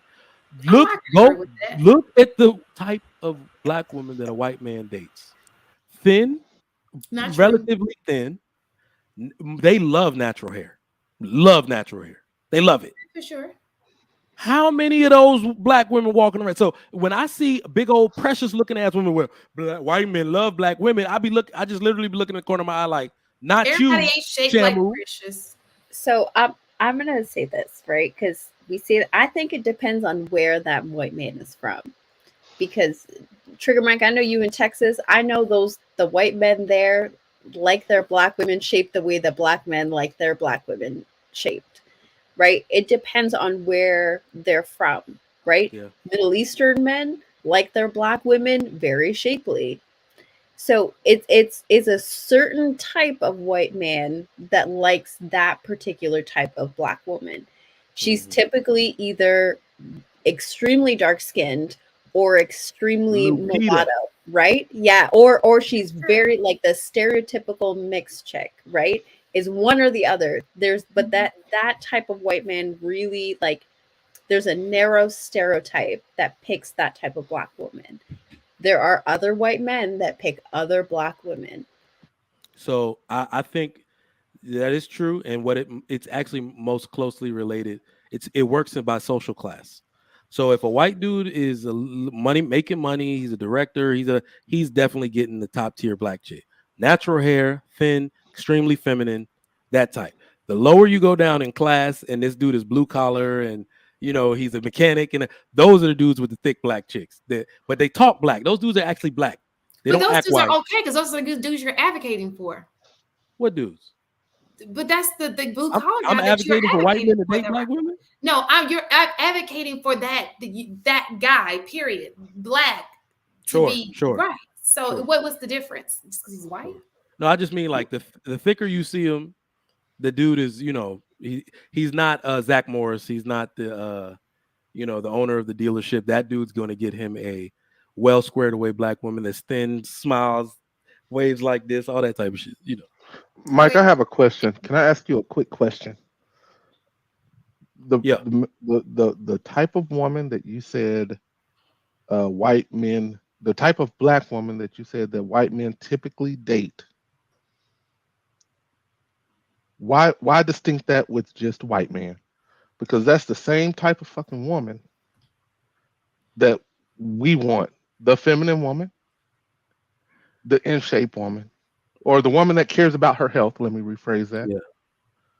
The like the same one you described is the same damn one that we want. So let me ask you a question. So why is it okay for you to want things, but not for women to want what Hold they on. want? And let me answer AP's question. Now, AP, pause for a second. I just went out. I was supposed to go to the aquarium. There was too much traffic. So we went to Cheesecake Factory because Rainforest Cafe had a two-hour wait. We went to Cheesecake Factory and there were like 3 or 4 black families that sat down. And you want to know what? Most of the black women that are married fit that stereotype. Meaning that men already judge and say with their own eyes, I'm going to marry a thinner woman. And most of them had 2 kids. I had 2 kids. The dude next to me had 2 kids. Wife, elegant, feminine, very soft-spoken, sit upright. So when black men choose a wife, we still go for that type, which I would say is a reason why so many black women aren't married, because those women will. Black men are less. We discriminate less with women that we have sex with, but we still discriminate as hard with the women that we marry. Does it make sense? Question. So you have those standards, and it's okay. I think that that's fair. So why is it unfair for women to have their set of standards? Well, I mean, what are those standards again? So whatever they ask for, whether it be income, whether any standard a woman has that they claim is they don't look at this guy instead of this guy. Why is it okay for you to have a standard based off a person's her shape, based off all of these superficial things? Yeah. Why is it okay for you to have a superficial, but she can't? And I understand, don't get me wrong, I understand it because you control marriage, but she controls the yes, I will marry you. Okay, just no, because what you're saying, you can't in one hand say incels don't have access to these women. You overlook these incels. So there's opportunity out there. She just said no to it, just like there are men who are saying no to their opportunity, right? So they're both saying no. Why is it okay for him to have standards and she can't have standards? At the end of the day, if they want to be lonely and not get married, that's on them. But why is it okay for one to have standards and the other one can't have standards? Well, as Uncle Jeff said on my show today, women are trying to rob a bank, trying to get a ransom, but you have no hostages. You're bargaining with absolutely nothing. In the black community alone, there's 2 million more of you. So a man doesn't need your yes because he can just slide on down and get a yes from another woman. You're outnumbered. So right? if that is the truth, then why are there incels? Because they not men too? Black women have priced themselves out of the market and do not find these men desirable. You just said that they can just leave and go grab somebody else, and that's not what you just said. Well, those men will, yes. Those men will. They will move into ethnic groups that will find them desirable, absolutely. Or they just won't marry anybody and smash everything. They won't smash anything. They might pick up I forget. The incels aren't smashing, but I don't. How many? Like, what's the majority? Like, what's the what it is? The percentage of the community that what it is? They claim it's a lot. When we get so every man has been basically, damn, I don't think that applies, but every man has been in the situation, I think, where you realize you just can't be picky. You have nothing to bargain with, and unfortunately, I think that's where women in general in America are at. The man that you want, in fact, look at it this way. I had an episode on polygamy. That's actually my favorite episode. I didn't even write a monologue. I thought that episode was gonna bomb. They came up and blew that shit out the water. So y'all go shout out to that episode. Go watch that after this. But I played the first video. The dude broke it down very specifically. He said, in this country, there are 7 million more women than there are men. We have 25 million men that identify as sodomites, which are the rainbow community. So take those, 98% of the incarcerated population is men. So take all of those men out, every single last one of them, and marry off every single man that's left, and look at the shortage you still have of women. He was making a case for polygamy, but I'm making a case of why women can't be picky. Let me make a case of why black women need to start dating outside their race. Please do. I hope they do. Because majority, there's so many white men that if you just take the ones who are left over, Let me stop. It's a joke. Let me say, you know, black So, women. so when, are so doing- when you gonna It's practice a what you joke. preach? Huh? When you gonna practice what you they preach? not gonna do it, Mark. You what? Yeah, let's call They your not gonna do it when she on top and he don't got that rhythm. She's like, wait, why are you moving it? She gonna be like, oh, this ain't working. This ain't working. What are you talking about? Nothing. Never Well, mind. my We know business on the Shan streets. doesn't do that. Listen, I'm telling you, black women are doomed if they don't understand that their natural mate is the black man. You don't want any of these other dudes. I felt the same thing in reverse. I have been involved with women of different races. Every other woman other than a black woman I've treated like a sex object because I knew I was not going to marry them or continue a serious relationship with them. It just didn't look right. It wasn't culturally right. It didn't seem like we didn't say words the same. Meeting people in their family didn't seem like we had anything in common. Right? It felt like I was giving away a piece of my soul by being with a woman other than a black woman. It literally just felt different. So I'm like, nope. The entire time I would sit and have little dreams about me being married, and it was always a black woman sitting next to me. And that's the same for a black woman. She's always going to feel like she's lacking something if she's not partnered and paired with a black man. You will be missing something. A part of your identity will be missing. Hey, look here, Michael. Go get yourself a snow bunny and quit playing, buddy.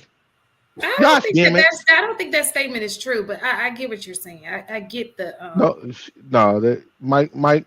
Real talk. You are on point, sir. All right. Nothing else to add. Go ahead, get you a white boy, Shan, so you can go make potato salads with raisins in it with his mama. Go ahead and see how much you like that. No comment. When they ain't got no seasoning on none of their food, and you gotta sit there and eat the dinner like you like it. Let me know how that go. Hey, Mike, didn't you just get a job? You about to get fired from that job. They gonna fire your ass on Monday. You gonna walk in there and be like, "So you violated." Bro, if it hasn't happened already, it's not gonna happen. I got the dream job now, bro. They don't the world is changing. They don't give a fuck about nothing. Do you know? You want to know how I know? I accidentally my first day in a meeting with the senior VP and VP. I clicked on Zoom and I forgot to take out the name Trigger Mike. They was like, what is this? I was like, oh, that's so tacky. I changed that shit so quick. They probably was like, these Negroes. That's his they were like, tell us about that. So I said it was about it is my shooting name, right? So I said that the meeting 3 days later, they came in and was like, so I typed your name into YouTube and I just felt like some of your I was like, oh shit. I'm gonna get they don't give a fuck, bro. They don't give a fuck. So let me put it this way: education, professors already say what they want in a classroom. So you see what I'm saying? We already get to say outlandish shit in the classroom because it's not high school. I get to talk about the rainbow, yeah, they're not gonna let me go. So I seen this. Hold on, I'm gonna send you this link. I can't upload it. That's JR gotta do that. Oh. You can send it to me though. But real fast, does anybody have anything else to say about this subject? What's that? What does it say? Introduction to dating is black genocide. Did you see this baby that just came out of her? That's a black woman and a white man. That little she might get color when she gets a little older. Mm-hmm. I seen another girl that I swear was like a blonde, like a Viking. Yeah, because whenever the dad online said my they come out a little lighter. They be taking that dad gene be like strong as crap. It does. So I mean, I would love to see your new relationship. Whenever you foster it, please bring him up on the panel so we can talk to him. No, I told y'all my one dude I had that took me to the restaurant and he was telling me I fit in. I told y'all that story last week. You also didn't want to fit in though. Is this don't bring him up? You also didn't want to fit in though. You was cool with it, but it wasn't what you wanted. Is this dude one of the dudes? No, we weren't compatible. I told you the reason why. It was the vibes. No, I'm not going to tell you the business on the internet, but I did tell you. Shan, do you realize in the short time I've known you, you've come off to be picky as hell? Okay. With men, like Something always wrong with somebody. I have to go through these 800. We just gave a name to that. What's the name for that? Chat, help me out. The woman finds something wrong with every goddamn body. That's what Shan, you got that bug. I hate dating. So listen. So check this out. Look, I love coffee dates. Y'all, I'm a coffee date queen. Start give me some coffee and have a conversation. I can be like, no, okay, it didn't work out. So listen, does anybody have any more questions about the topic? Because I have a question. I have a Father's Day question. Can you highlight Ms. Nurse Fancy comment? What did Nurse Fancy? You be scaring me with like your responses. Let me do the super chats too. What did she say? The pink pony. Somebody said I sound racist. What? You guys are hilarious. You say the pink pony is better than my child. I'm guessing that's might be bastard. Black Nurse Fancy. You need to start Prince Ella channel. The pink pony is better than my child. Might be oh Jesus. Yes. That up there. Nurse Fancy, we love you. Just stay off Prince Ella Nurse channel, Fancy. please. Okay, so let's do these super chats real fast, and then I want to ask a question. So Harrison Davis. $5. Salute.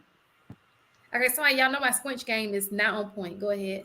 Marcus, pull it back. You gotta pull it back. Marcus Evans, $5. Trigger Mike is correct, and Shan is trying so hard to deny what he's saying. I don't remember what he said. Blasphemy. Of course you don't. Of course you don't. Marcus Evans dropping another $2 on us. Shan, would you date a bus driver? Why you even gotta ask Marcus Evans? No. Is he retired? She won't respect that dude. I don't respect. Listen, dating somebody and respecting somebody is two different things. Stop saying that. I respect people. Okay. I respect all people. Why would you I openly give out respect. I have never disrespected anyone in my life just because of a career. Never. Okay. I give respect to everybody. Now, dating is different, but I do respect you. Ray Alexander, $5. Why should above average women in terms of education, income, and social class date average men in terms of income, education, and social class?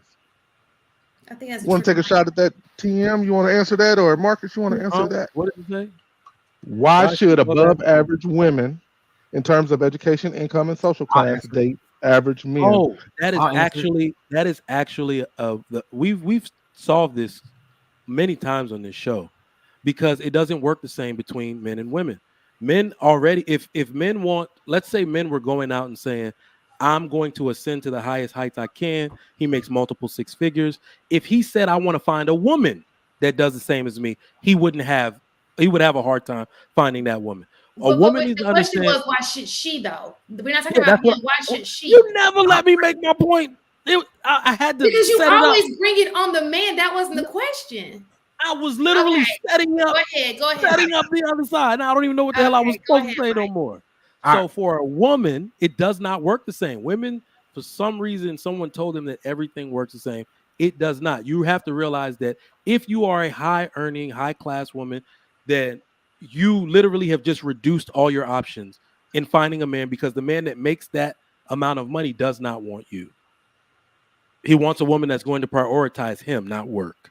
Why is that beneficial for her though? So literally, women are going to have to grapple with the idea that you find something else to be interested in a man that is equally yoked to you, because it's not money.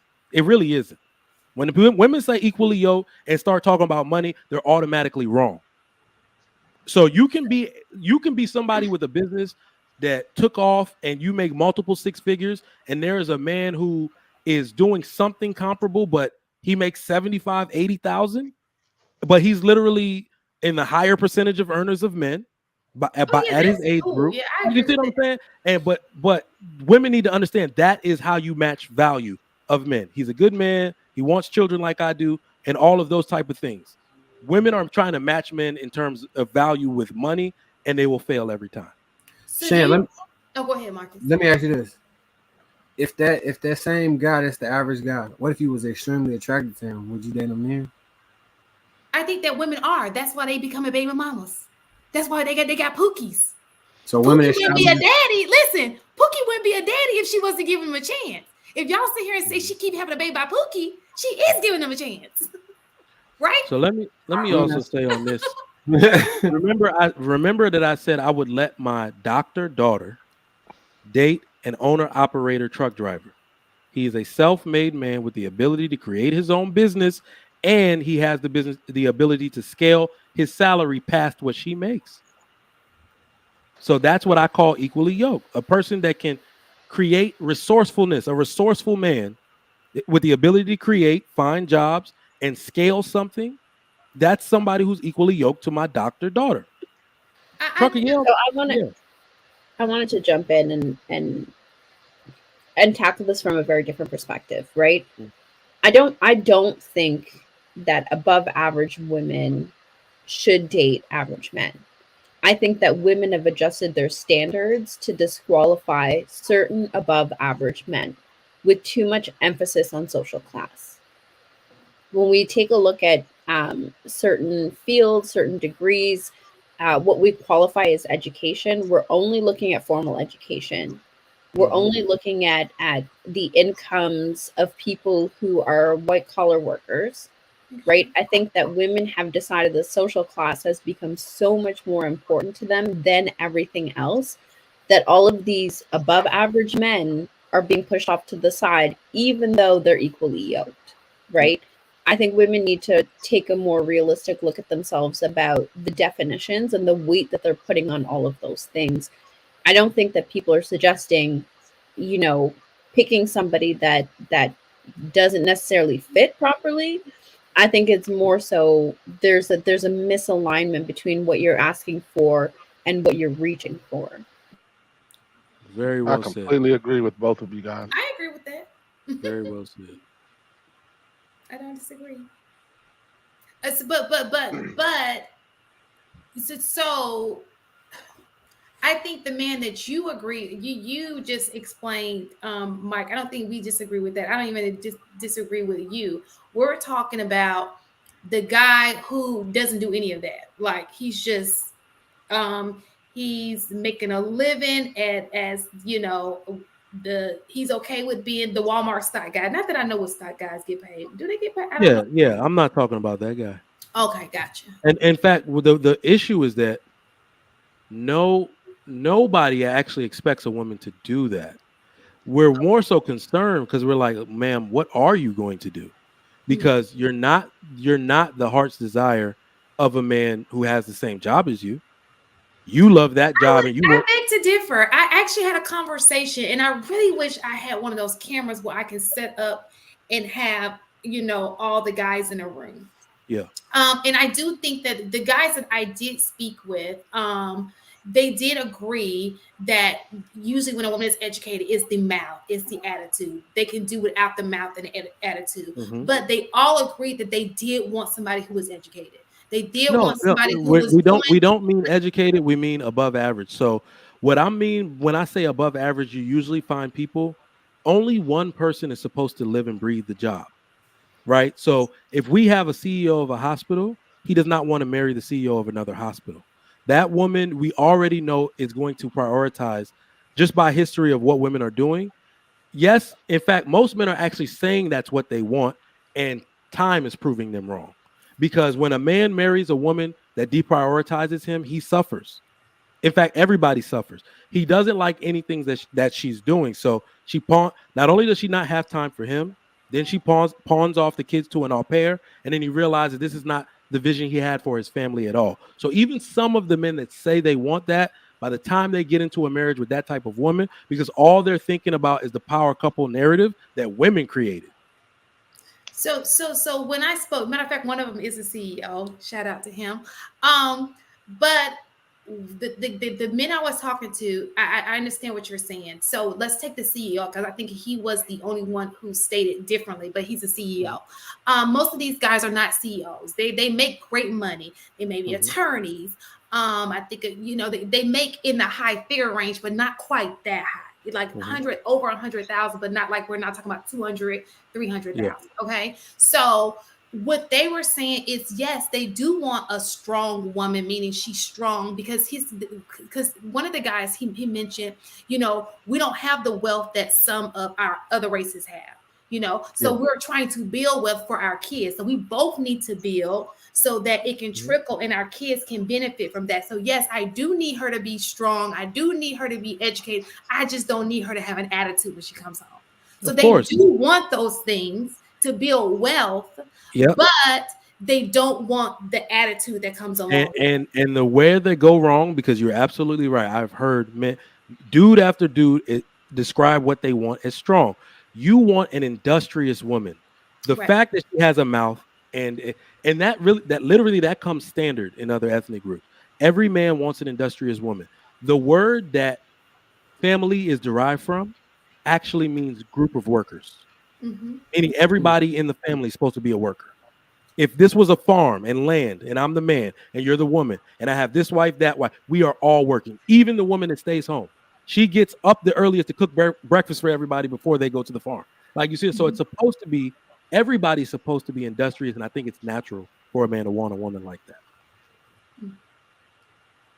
But not strong. I don't like that. I think that's a negative trope that is negative. They use the word strong, and they went to the length of, listen, I've been working all day. I don't care if she takes control of the household. Don't ask me anything when I come home, I want to have a break. All that house stuff, just have it handled. I don't care what we're eating. I don't care about all the stuff that has to do with home. You can be the manager of the home, because when I come home, I don't want to think about all of that. I've been thinking, that was the CEO guy. He said, I have too much of that going on in the workforce. I want you to be able to tackle it yourself and just okay, it's done. I can trust you with that. And what was your response when he said that? What was your response when he said that? Oh, I listened. And then?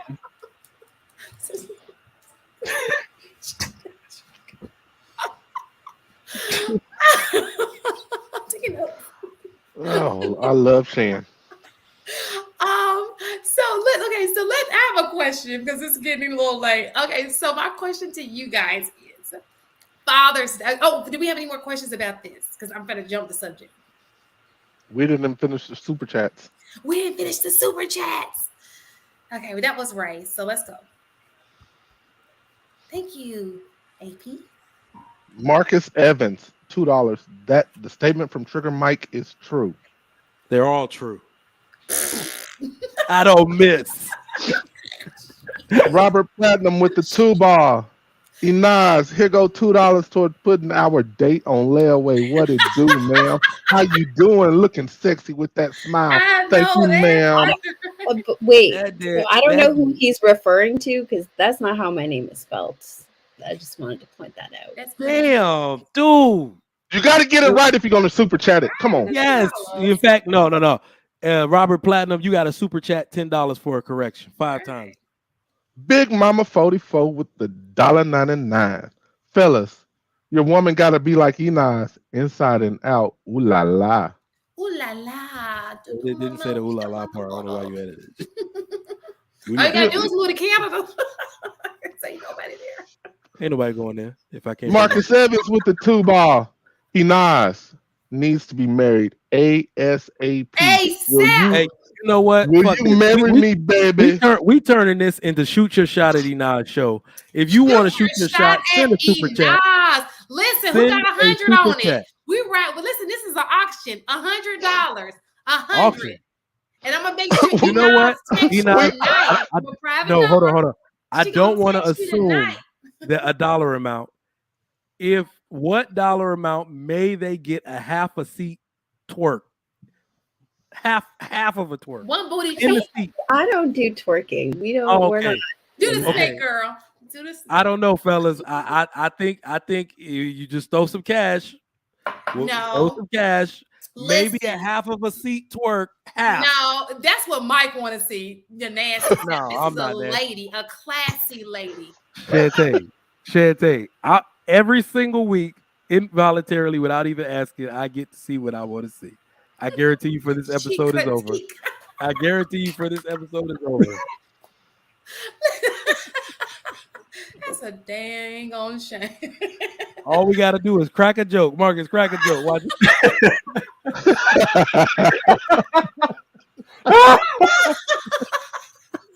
Y'all make me Wow. sick, honey.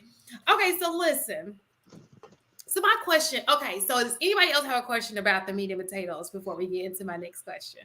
I feel like it I'll was be some right more. back. You Inaz got one. I got to go get something now. I'll be right back. Yes, I love it. We are going to get Inaz hitched, but you have to be a Muslim man. You have to be a Muslim man. So, listen, Father's Day. I did a poll because y'all know I love doing surveys. Father's Day. So, first of all, we have fathers on the panel. Do you get celebrated for Father's Day, Marcus? So I think I didn't make a big deal out of this stuff, and I kind of was wondering, oh no, don't do nothing. So, do you normally get celebrated for Father's Day? Yes or no? I think if I would have like been like, yeah, then probably. But so you don't get a happy Father's Day. Yeah, I get that. Father's Day, a cooked meal, nothing, a massage. I get a cooked meal every day mostly, and I can get a massage when I want. You know what it is? When people do stuff right, then it's hard to like give you a gift on top of, you know what I'm saying? It's like, oh, I don't really want nothing. I'm probably a hard person to shop off. Gotcha. Okay. How about you, AP?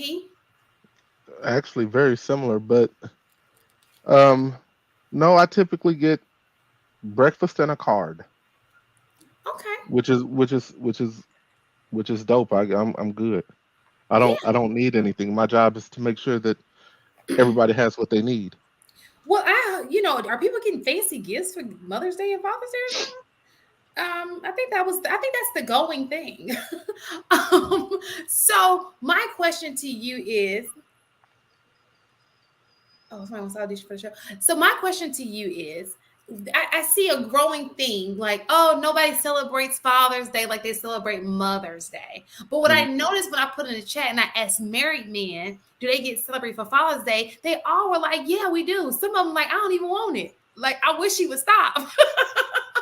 Like my idea of a great Father's Day, just leave me alone. Don't let me do nothing. I said that a couple times, which is why I'm saying I'll probably get that. You know what I'm saying? Just get what I asked for. Like, right. Did you say a good idea of a good Father's Day is to be left alone? So when I put a poll out on the Lapeef group, right? And the married men, I was asking them, I was wondering, because I see a lot of posts that's saying, oh, Mother's Day is like all this grand, and then Father's Day is like womp. And so I always wonder if it's because you don't have a woman in the household. If you're single, do the men with wives get celebrated for Father's Day? No. And so I said, only to men who are married are you celebrating for Father's Day? And they all were like, yeah, I am actually. And one guy was like, I kind of don't want to be though. I just wish they'd leave me alone. Like my idea of a great Father's Day is going in the basement and not having to deal with nobody. I'm like, okay, but he was celebrated just not the way he wanted to be celebrated. So my question was, do you think that has a lot to do with it? A lot of men don't feel like they're celebrated because they're not married. No, I think we just more men are married than women are married. So what I'm saying is, when it comes to men saying they're not celebrated on Father's Day. No, what it really this is my overall larger point. So Trigger Mike, if your birthday come and your wife popped up with 1,000 balloons and said happy birthday and a big cake, and how would you feel about that? I would feel like she was doing the most, but I'm like, oh damn, that's great. Wow, she's thoughtful. This is great. He probably said just like that. You see that? So I think when we do that, because all right, when we do that, we probably disqualify ourselves for them big them supremely outrageous gift ideas. Because that could be disheartening. You go through all that trouble and then we respond with the yeah. That's how I really felt. Okay, I wanted another pair of socks. But the weird thing though is you won't care when it's happening, but then if the shit don't happen next year, you might be like, oh, got it. So you think that's what has happened? No, it's also this too. There are two things I wanted to highlight on that. I think a lot of women actually were never taught how to cater to a man in any kind of way, and it trickles over. So The reason why how Mother's do Day they is cater huge. to a man, Mike? So what I mean is that I really feel, I'm sorry, to my core, I really feel like women actually get disappointed when it's like they have to do something for a man. Because think about it, it's like they can go listen to a boss, they can go do all this stuff, but anything dealing with your man in which you also get nothing in return. Remember, women used to delight in bringing pleasure to their man. That's not the modern woman. So, if you don't have a mind for him 364 days a year, why are you going to have a mind for him on Father's Day? That's the number one What do you thing. mean by that? I'm sorry. I just mean that like women do not put most women do not put their all into celebrating their man. They don't. But what does that look like? So for the woman out there who wants to give their all to a man for Father's Day, what does that look like? Now here's the other thing to piggyback off Marcus's point. You tell your woman what you want. Babe, what do you want to do for Father's Day? You know what? I'm feeling really chill. Let's go to that wine. But in fact, let's do something with the kids. I just want to go to that spot and buy me about 500 rounds, and I'm gonna go shoot them to put them through this gun and break it in. She gonna bring those 1,000 balloons that you didn't fucking ask for, and throw you a surprise party. That's what women do. I literally just told you what I wanted, and you were like, I don't know. Women somehow just want to do. They want to do what they want to do, no matter what you say. That's the other side of it. Yeah, because I got a gift for somebody, and now it's like what he doesn't want, and I'm like, well, I've already bought it, so this is what you're gonna get. Sorry. Take it back. So I think I may have just lied. Last year, my son and my daughter put in to get me a watch. But it's funny because I was about to get myself the same exact watch. That's awesome. Kids are thoughtful. It's funny because I know how much they spent on it. So I was like, in my mind, I'm like, so I'm gonna have to cover you guys for like the next year because you're probably broke now. So what do you think? So do you think that so do you think the argument that men are not celebrating on Father's Day has a lot to do with them just not getting the gifts that they want? No. Because I don't think men.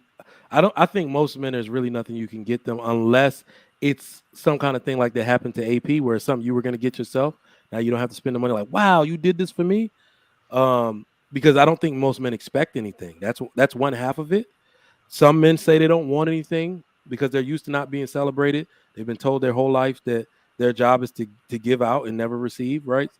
But I think I don't know. There's an unspoken thing. Let me gather my words. There's one more thing. Think that most wives are just not acknowledging or celebrating Father's Day with their husbands? You have to.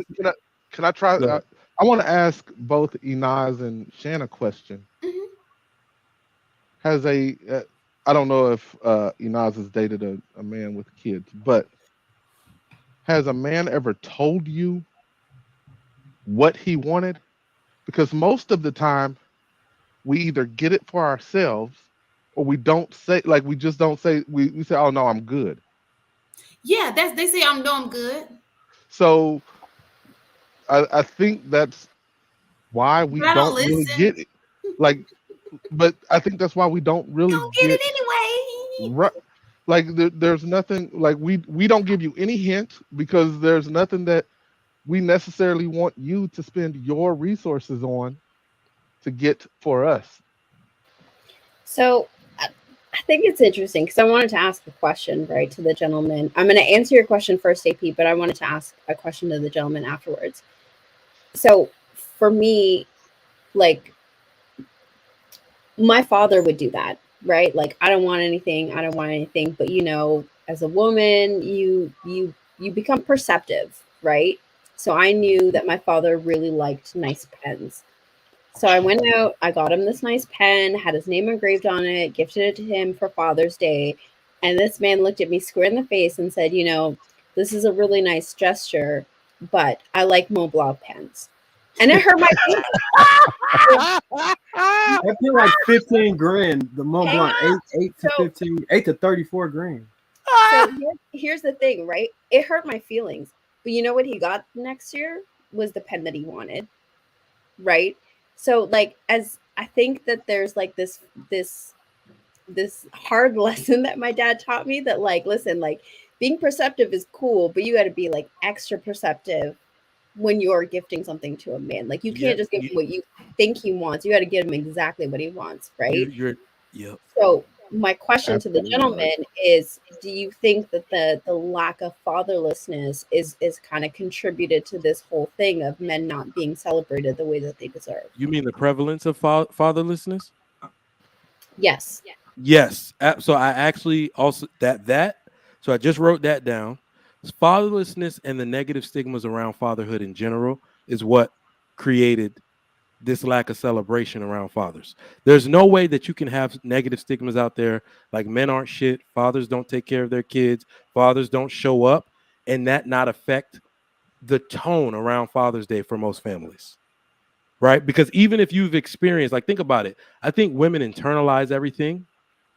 And I've actually seen it to where some women, you have to understand, if you have kids, they are going to want to celebrate their father. And because their father will say that I don't need anything, they're going to get a lot of their energy about Father's Day through their mother. So if the mother is giving bad energy simply because it's been a year where he worked a lot and she's just kind of, still upset and on the fence about it, that's going to be a bad Father's Day for that man.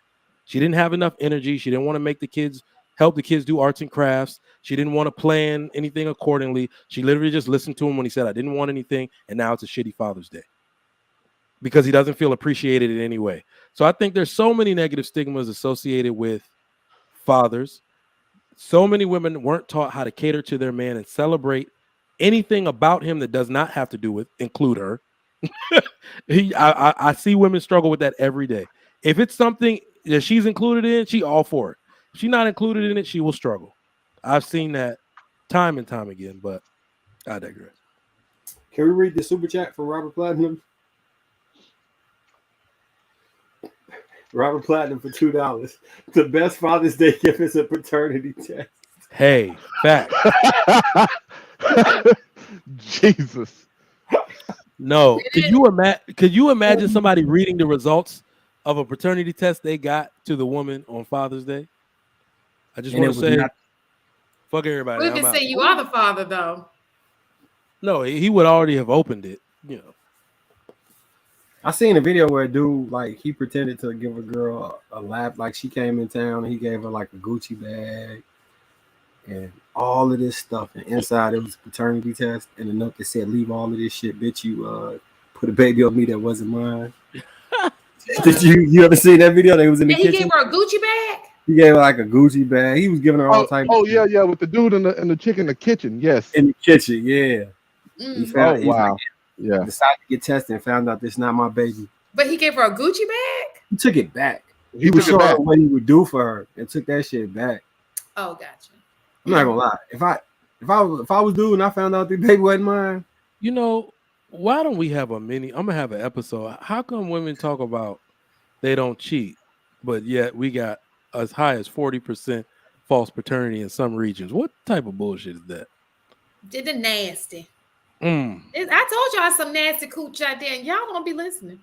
Now you on our side. If you don't get your flip flop, I said, listen. I just said that last week that you have to have. I said it today. You have to have standards.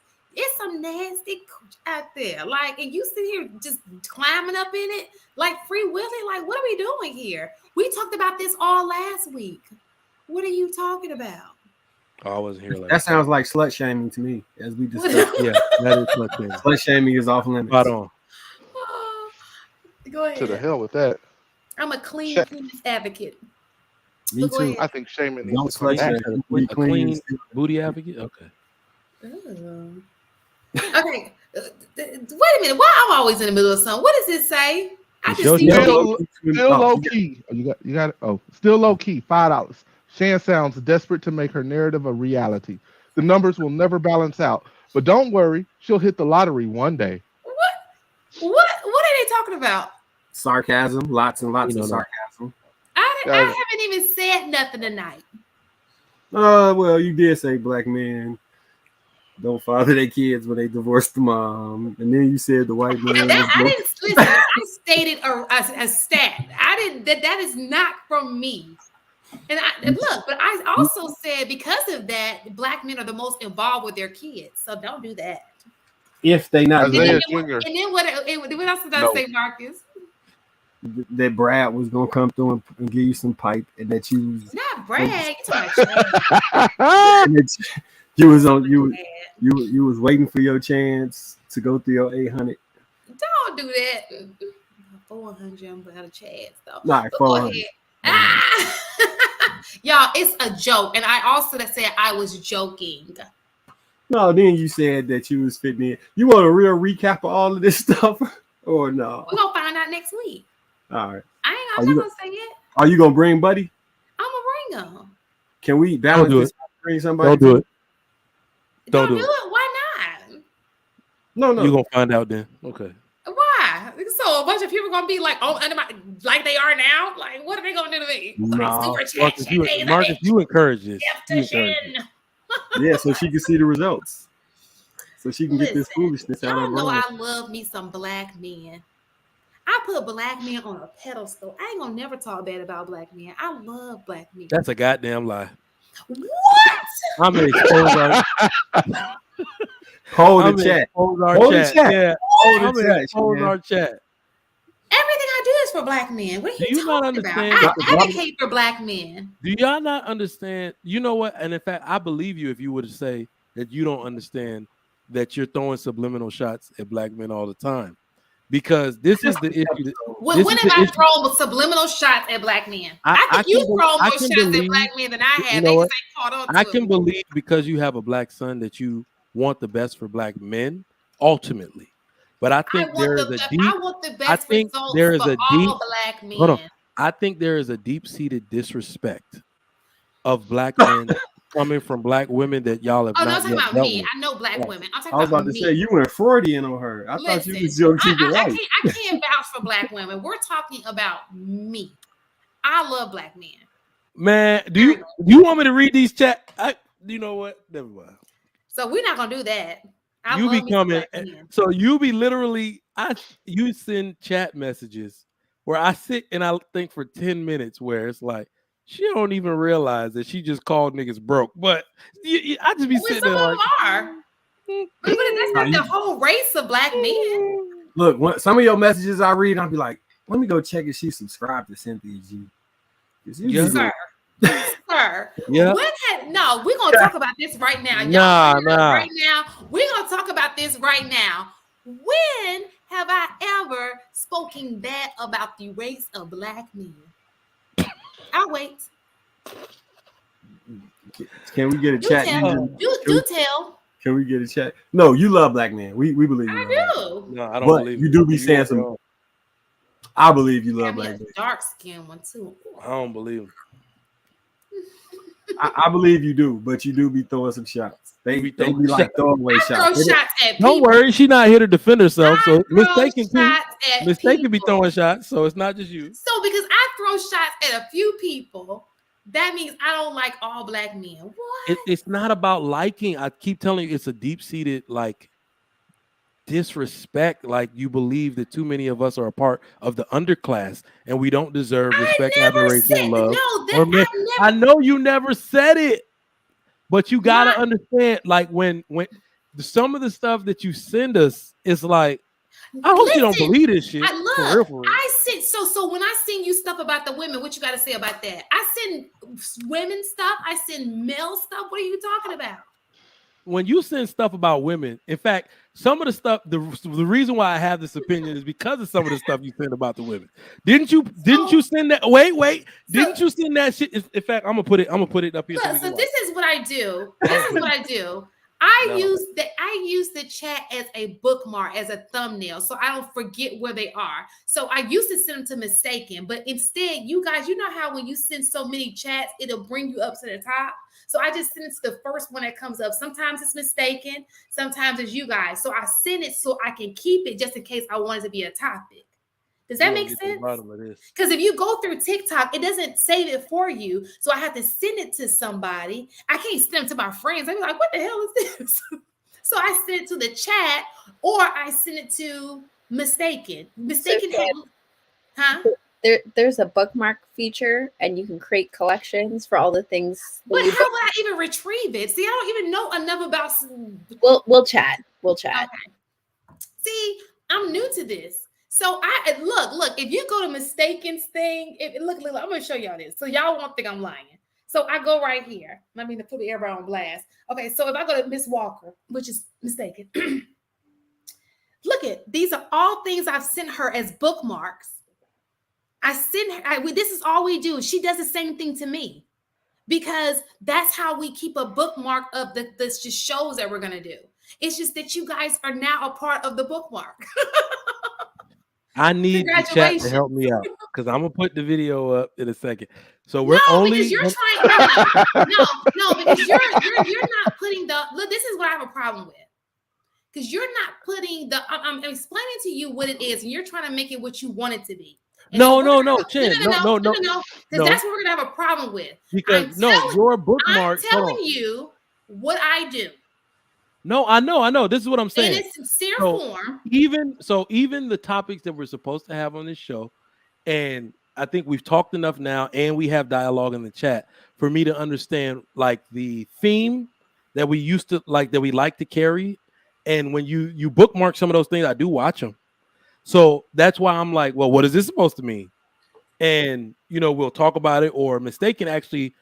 We'll post. But do I ever really talk about those things? I don't. I'm not in y'all's chat talking about it. I'm simply here to bookmark. The reason I put you guys together is for the show. So I put it as a bookmark for that only reason. So you're not going to sit here and make it like Shantae does not like. I wouldn't even be on this show if I didn't like black men.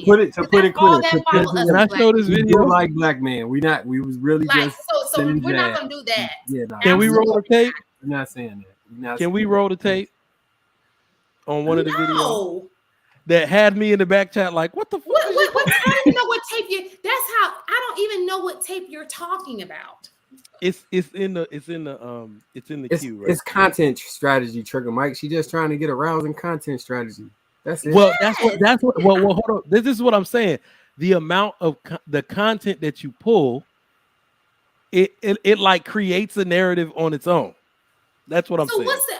So I'm curious to know what this whatever you're talking about. I mean, since you're saying that, I think you're thinking way too deep into it. You really are. I'm thinking too deep. So I don't even know what you're talking about. That's just how deep you're into it.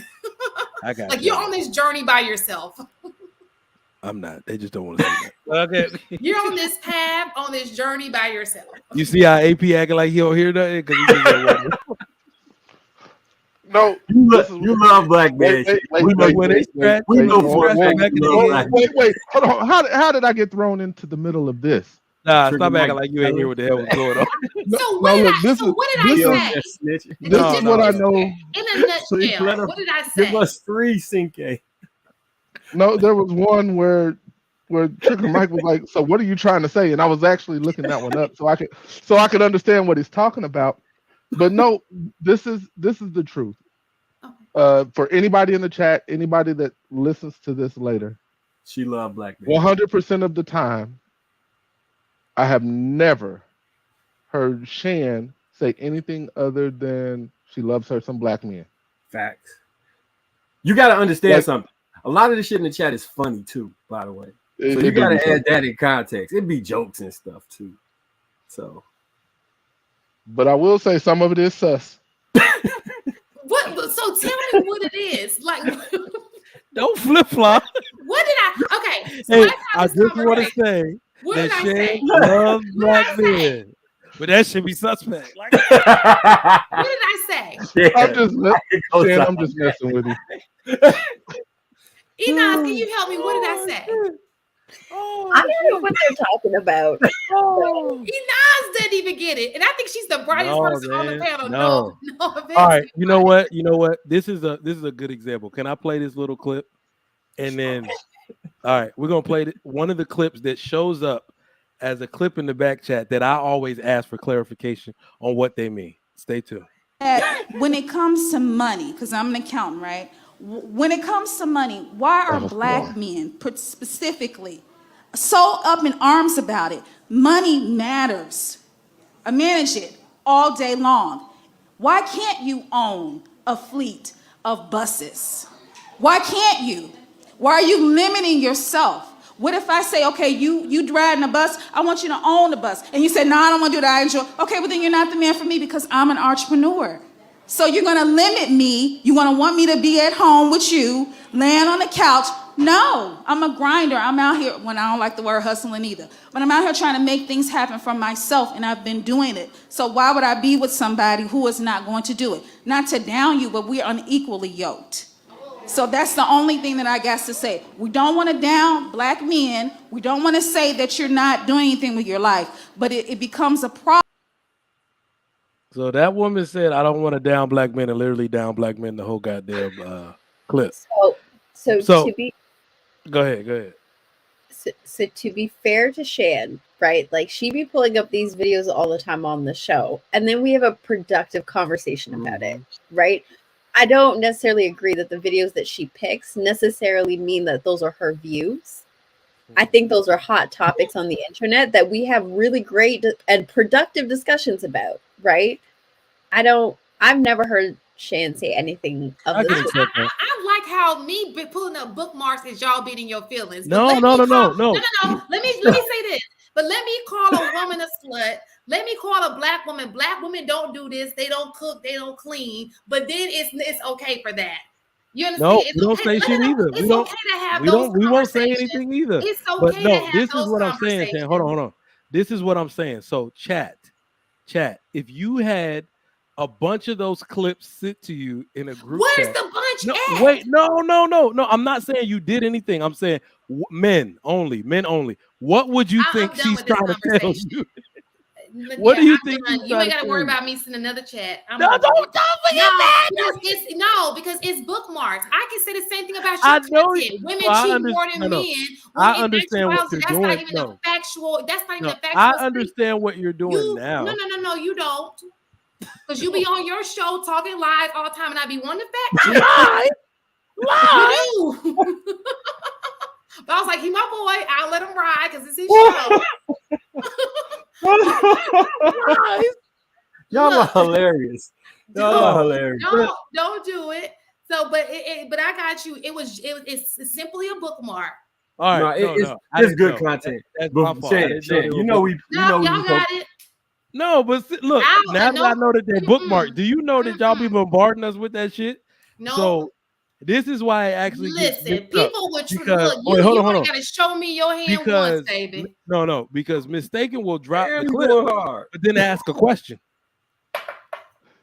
So that's why I'm like, is this? Of course, I know I know that it'll probably materialize into a topic for the show. But when you asked me that, did I not clarify and tell you that those were bookmarks? When you brought it up the first time around about the advocate, you said I was advocating for something. I said, sir, these are just bookmarks. So that should let you know that I was actually genuinely thinking like, what the fuck? I used to get that shit like, what the fuck is he sending this shit for? Is he advocating for single mothers? So I didn't know they were bookmarks. I'm like, I think you doing that thing that women tend to do is they subliminally talk through clips of shit other people saying. That's what I thought you was doing. And I want to express this one more time. Shan love black men. That's my sister. We just be playing with her. And I hope she don't get in her feelings behind this. I'm not in her feelings already. I already see where this is going. Black men. She mad already. Nah, you know what started this? When you was talking about you was going to bring the white man on the pedal, and then it devolved. So we triggered because of a white man. This is what it devolved into because of that. So when you say certain white man get y'all panties in the wad. So they don't we don't think about them niggas at all. Like so they don't one get our show I mentioned bringing a white man in the show, and all of a sudden I hate black men because we see it in the chat. It's just you don't see that from us. Stop it. I've been doing this for a whole year, and for whatever reason, all of a sudden I don't like black men. That's not what nobody's saying that. He just saying some of them clips be suspect. That's it. But now that we know why she sends if you don't the clip, smile, we gonna feel bad. You know we joking with you. We play around. I've always known, and I like that we get the clip, like that we get more clips now, because I can prepare for the show depending on how the topic is done. That helps quite a bit. I hate seeing it blind. But you know what I will say, Shan, on some serious shit. Black men, but what that woman talking in that video, that's how most black men feel like black women feel about them. So it's extremely hard for us to distinguish the women that don't. So you could actually be one of those women. That's the reason why I put it in the bookmark. Because so I could be completely mistaken, but because there are so many black women that got that much venom for men that will literally start a discussion like that nobody asked for, it's hard for us to distinguish. Literally, if we aren't celebrated by certain women, we won't know you don't hate us. Shan, another thing is you got to understand this, right? Me and Trigger Mike, AP don't be over there that much, but when we be on the other channels in YouTube, it's a constant back and forth between black men and black women. Oh, yeah. So if you're watching one of those, not you don't do this. I'm saying you got to understand. But I think that's on the internet, period. Not how it be in some of the chats. That it'll be like nakers don't raise their kids. Black men are the worst men that have ever existed. They don't build nothing but welfare recipients. It'll just be a whole lot of them. So if you watching one of them shows and then you get one of them videos, context matters because you're gonna take it away that we know you. I know you love. I know for a fact you love. I'll be right back. But that's just how that'll come off. To Trigger Mike point, and I can see how it come off that way, but it's just funny. It ain't. Marcus, what makes you think I don't see that? Like, what makes you? What I don't do is I don't join. I do not join in on the panels, nor will I really activate in the chat because I don't agree with any of that shit. I'm like, these niggas. I don't think the people typing that shit believe that shit, AP. I really don't. They just go. They be roasting each other. It's like an ongoing love-hate relationship. Like if you watch them talk to Flora, they be talking to her reckless. Like I'm super reckless. But that's just how they play around. It's like Pam and Martin. It's all love though. At the end of the day. But this goes to are we cognizant of what we're putting out? Are we cognizant of the messaging and the style that we're putting out? We are the ones that are pushing the some of these ridiculous stereotypes that keep getting replayed over and over and over again. And then we wonder why such and such looks at us at a certain way. When they like, okay, let me check out what these folks are doing on YouTube. Oh, the shit, niggas ain't shit. And they just lead. They just lead. Like, girl, who the fuck you talking to? Like, whoa, calm down, y'all. Like, let's have a real productive conversation, which is why I like this show. You know another reason I know you love black men. One, your kids is by a black man. And every time you be excited about a man, it's a black man. And when you talk about other men, that's what we really should have just called cap about you saying you're gonna bring the white man like that's a real option. Because every time you mention no, like this a real option. I believe you'll bring them on. It was really gonna happen.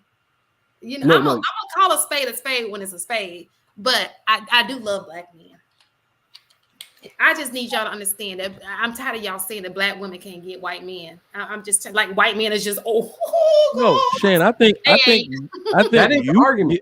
That ain't what he said. You can get a white man the way you be bouncing around here. You can absolutely. That's what they like. The problem is, and I'm gonna be honest with you, black women are not with white men because they don't want white men. That's what that's Trigger Mike's point. That was his whole point. That was his whole point. Well, I know that. I agree. I ain't gonna lie. No, some black women aren't. Well, no, you gotta understand the pool of black women for white men is small. So when we say that too many black women are obese, we really mean it. I would say Hispanic men are like the next best group for black women because you struggle with weight. Not you, but you know what I mean. Because of the weight struggles, because they be dating women with ass in the front, like they don't give a damn. Ass in the front. So I'm gonna shift the conversation a little bit. And what do y'all call it? Oh, y'all call it fupa. My bad. No, we're not. Oh, No, we're going to move no. right past that. So, Shan, let me just say that if nothing productive has come from the last few minutes, let me just say that this is the first time I've seen Isaiah cape for you and take your side. Absolutely. So that's a win. Right there. That's a win. I saw Isaiah give you a virtual hug. I'm like, am I in the Twilight Zone? I need Isaiah to go back to bashing me. What's going on? Like, y'all don't even know the show even started, and Isaiah got a bash for me. You gotta change your name to Enos. Thank you, Isaiah. If you be like Enos 1 and Enos 2, I don't think you're gonna get no problems. No, hilarious. And another thing about white men. Oh God. Sorry. White men also date black. They also date. In fact, they date the type of black women I like. White men also date the type of black women some not hipster, but the type of black men that black women like. Those type of men don't date the black woman that white men like. They date the type of black woman that black men don't like. They'll date the more natural hair, the more, elegant, little house on the prairie looking type. That just sounds like a riddle. So wait. So Trigger Mike, are you suggesting that black men don't like natural hair? I think he's talking about this. Not enough of them. Not enough of them. Here's the reason why, though. No. That's true. I love natural. Right. I love natural hair, but the issue is that too many black men have not seen black women love on their own hair, so they won't know how to love it correctly. I disagree with you wholeheartedly. Let me hear. The only thing I've heard black men say consistently is that they want black women to be more natural. Yeah. I think black men have learned to tolerate the way that women present themselves because women feel their best. I think if the majority of black men had it their way, black women would be more. I agree with that, but I think that I agree with that. But I think that they still wanted to look a certain kind of way. It's not even that they don't. So I think we're not necessarily saying different things. That's what black men want, but the women they like aren't doing enough of it. That's why I said enough of those black men have not seen Keisha love on her own hair. She will put on a lace front before she goes through the ugly phase to get natural hair and natural curls. She will. So the women that they like are a little more out there. They wear provocative clothing. Those women aren't wearing their natural hair out. It's really the more earthy types, the listening neo soul types that are at the, those type of concerts. Black men aren't really looking for those women because those are actually the wifey types, the neo soul, earthy type, woman. Those are the wives. You know what I think another part of that is? I know we say we're not pro BBL culture, but as visual as we are and the type of things black men like, we be looking and staring for curves, and it might be harder for women who not like outwardly expressing their curves to notice the same. It's a messed up reality, but if a beautiful woman that's a wife walk by or has qualities we would consider a wife, and a girl who butt jiggle twice each leg each time she take a step, most men is gonna be staring at the jiggle twice, like, damn, Joe, you just seen that? And it's not the best thing, but it is true. I gotta admit that does. Yeah. It's actually robbing men of their ability to find good women, because women are supposed to be covered up, and men naturally look at flesh. It's naturally attractive to us. So since we have the women who are willing to expose their flesh the most, we will have the most distracted men of all. That's the way I look at it. Now I see your point. Okay. But what I wasn't following, because I'm like, what? A natural chick is the shit. No, I love natural women, but I don't think enough black men. I know black men that have never seen their own mother's own natural hair, bro, or mother's own hair. I know that. Yeah, so it's hard for them to love natural hair when all they've ever seen is weave, lace front, braids, whatever. I like braids. I like braids too. I like everything natural. I like, if your butt is square, bet it'll work. If it's elongated, bet it'll work. Square. I don't like you know the butt that do this right here. It don't do all that because that's the elongated. I don't know. Then you got that one that starts where you can kind of see the back. but then it puff out a little bit. And then it, you like Mexicans, don't you? mind your business, Mike. Square. I done told you to mind your business. Do you like hey, I'm not gonna talk about anything about me tonight. How do you hold it? I'm not talking about me tonight. Wrong with it. Trigger Mike. I done told it you in the back. Do you hold it at the square or above? There's a little, but you got to get the angle on both. Like you angle it this way. All right, got you. Square booty is a thing. I'm about to look it up. But no, what I'm saying is what I'm saying is I understand what you guys are saying. The girls that's showing the flesh and they got the BBLs and the butt jiggle. That's where our eyes go to. Yeah. But I love that. Like it doesn't really matter to me. You don't care about you don't care about a butt jiggle. You know what's actually terrible? Not really. Let me answer this. You know what's terrible about the whole BBL thing? Not real. Like it's not that I dislike it. The AP. Do you care about watching a butt jiggle? Are you asking me if I watch a butt jiggle? Do you care? Do you care about watching the jiggle when they walk? I'll glance maybe. Maybe. I'll glance maybe. Depends on what is on top. Like what's on top of that. Chat, can y'all give a lie detector test on this? No, but what's on top of that though? Because you could have a giant butt, but then you got the belly to match the butt. Like I'm not gonna really look at that. Yeah. But no belly. Do you care about the jiggle? If she's in front of me, I'm gonna look. I'm not gonna break my neck to look. I have to keep it politically correct here, bro. I don't know who watches this shit. All right. I'll let you off on that one. Question somebody come to me. I'm like Mr. AP, we need to see you in the office, buddy. Let's have a conversation. Okay. I'll let you get that one. Hey, Shan, Reese said if you bring WT, you cancel. That's what he said. Oh yeah, it is one. Let's finish out these super chats. Miss Shan, if you don't mind. How y'all gonna threaten me because I bring a white person on the show? Like I wasn't threatening you. I was just doing what's fundamental in reading. Oh, is Shan with a white dude now? Is that what he did? No. All right, Mr. Harrison Davis dropped another 5 ball. What is Shan's email so I can audition for the show? Or can we get a small segment for chat call in? Oh, that'd be nice. Drop the link. You feel like dropping the link? Did I tell you I was gonna drop my head on the pillow? You only said that once Trigger Mike started saying you like white men. you got real sleepy. You done unleashed the brain. I really want to hear y'all talk on the after hours so y'all can put me to sleep like a little bedtime story. Okay, what's the next one? I dropped that my email. Still low key 21, $5. Oh, we already did this one because he told me I was desperate and I didn't understand why. But go ahead. Robert Platinum, $2. It's true. I'm broke. Cousin Nas broke my heart, and I spelled her name right this time. Oh man, that was cute. Nas, why you break his heart?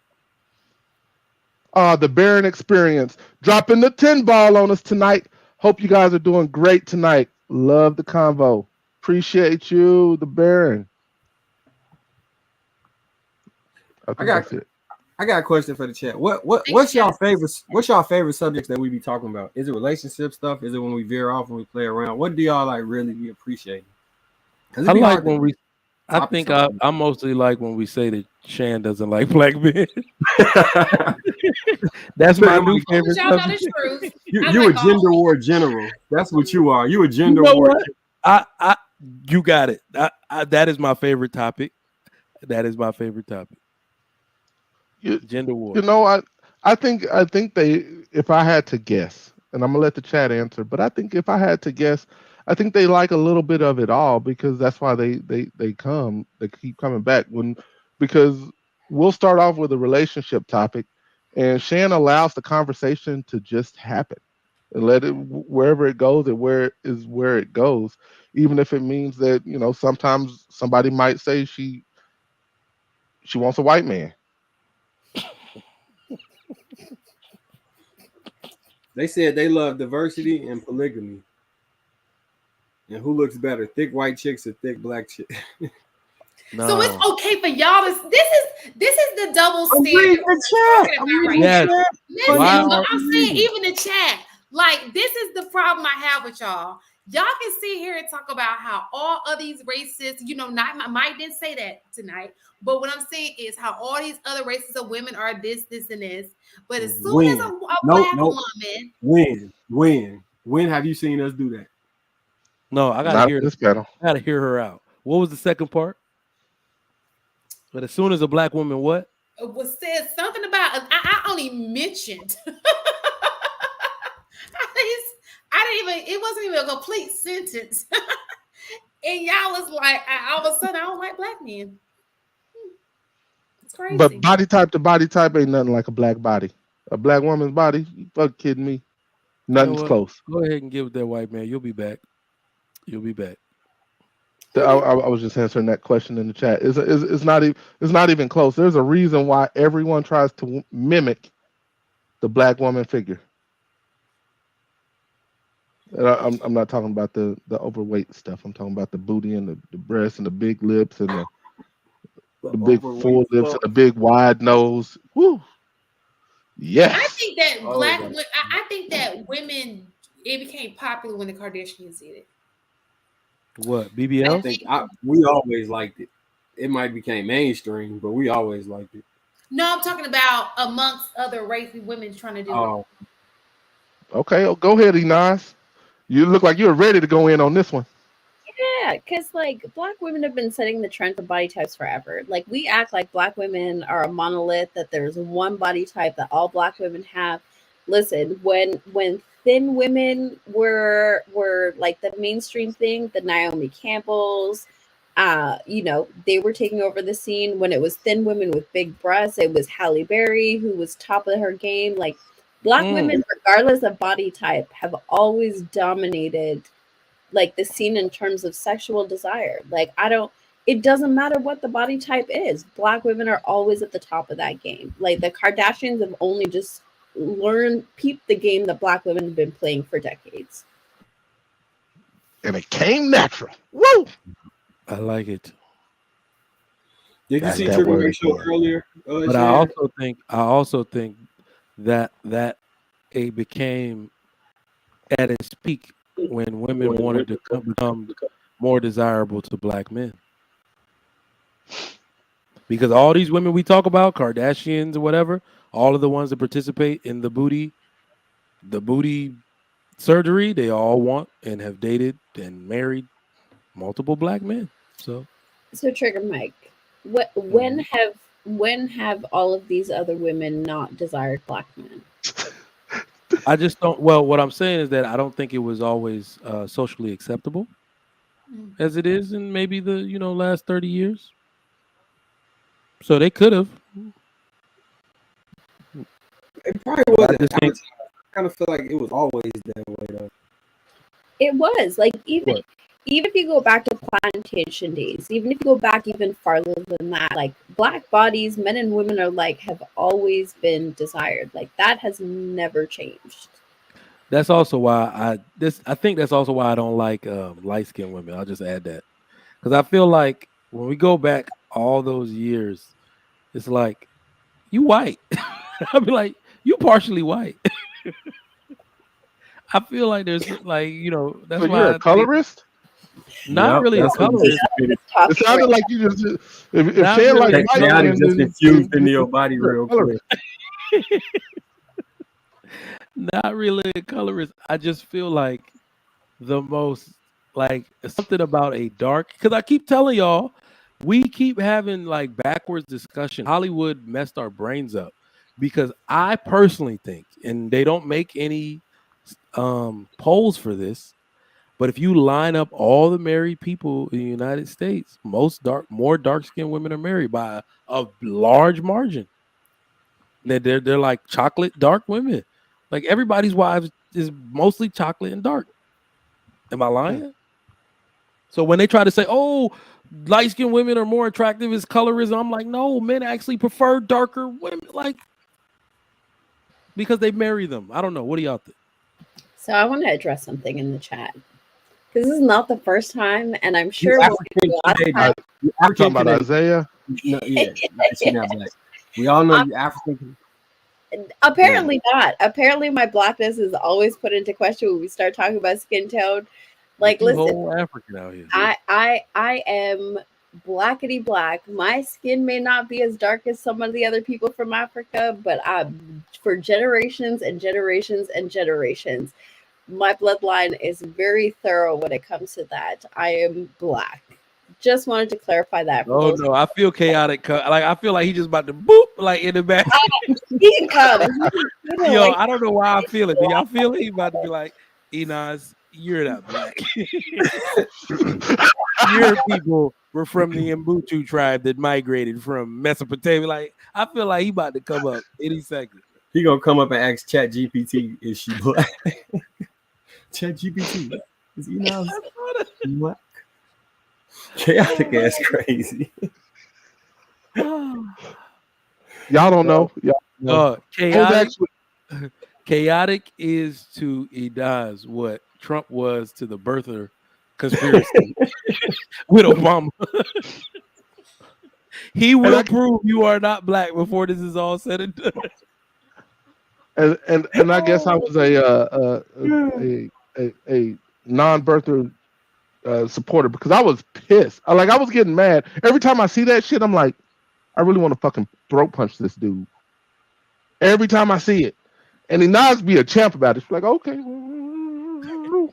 I'm like, well, shit. She just got a great disposition. Like you are way better than me. Like, nigga, when I see you, I'm gonna bust your head open. And she cooked him that one day, so I think he want revenge. God, you got smoked and ran off the panel. You got to come back on the panel and redeem yourself. Oh, you know he got you that day. You know he coming up now. Nah, he probably asleep on his stomach.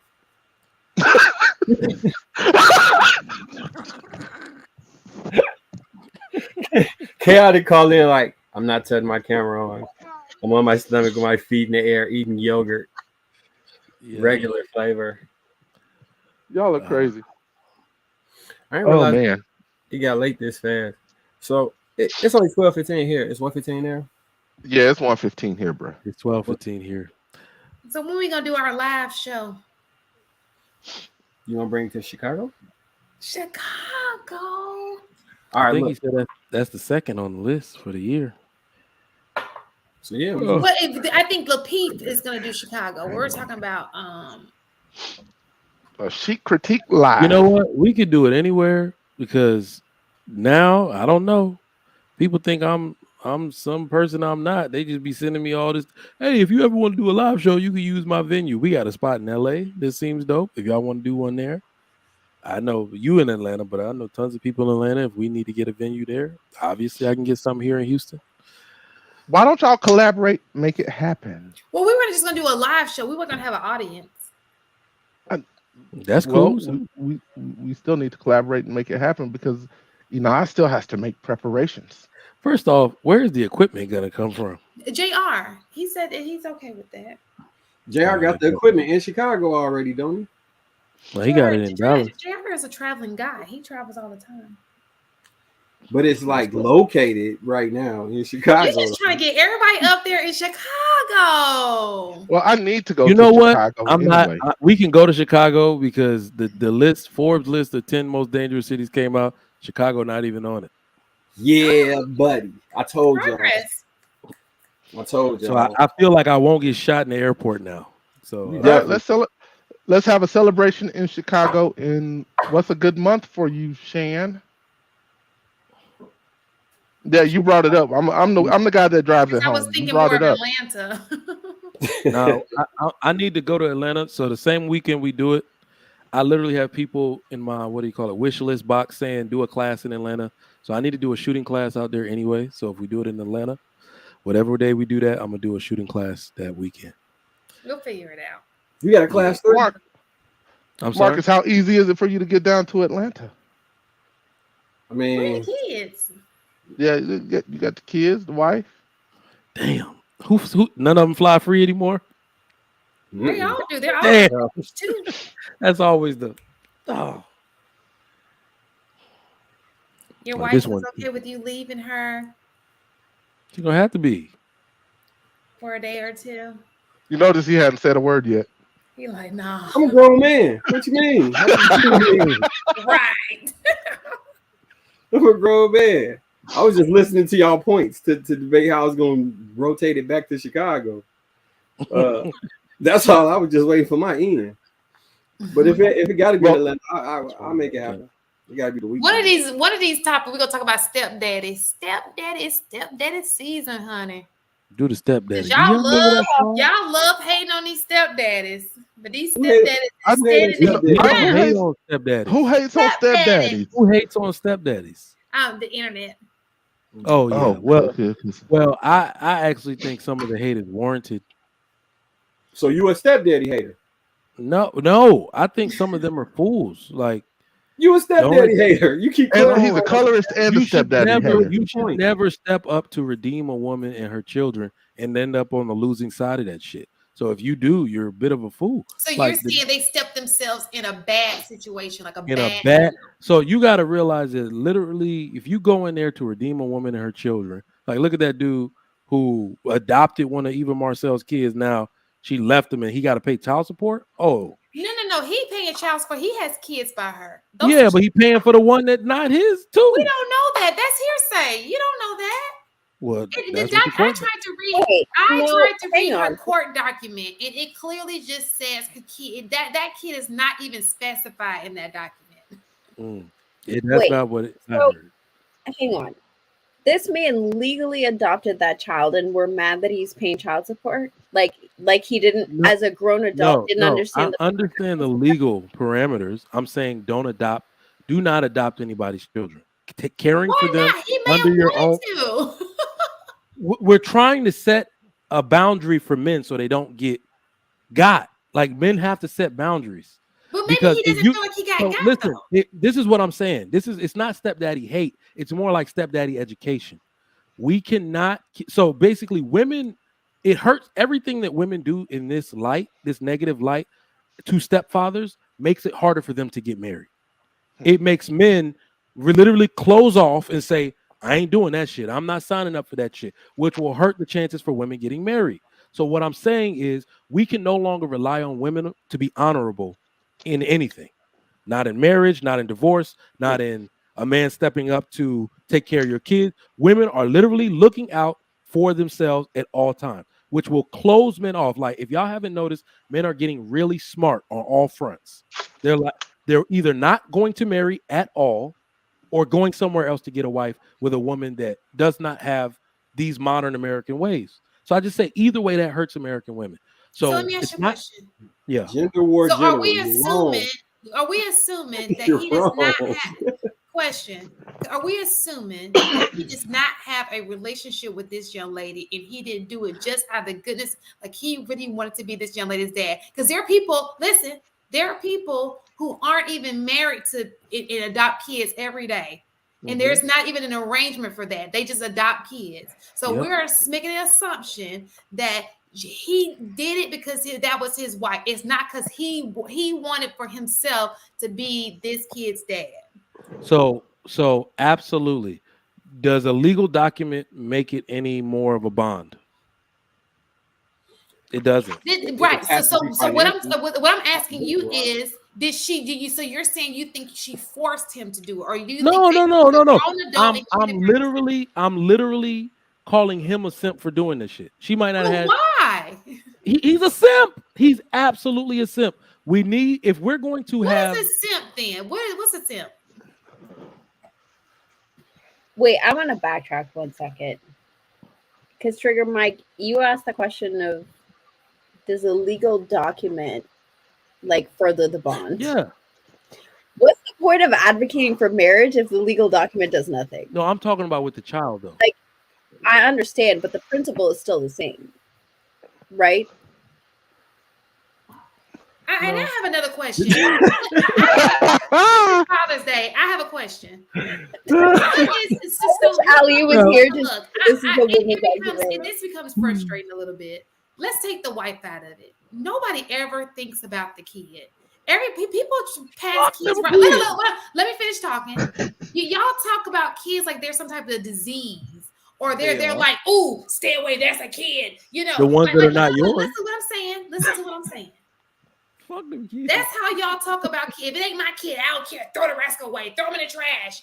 Get rid of them. Like, that's how y'all talk about kids. These are children.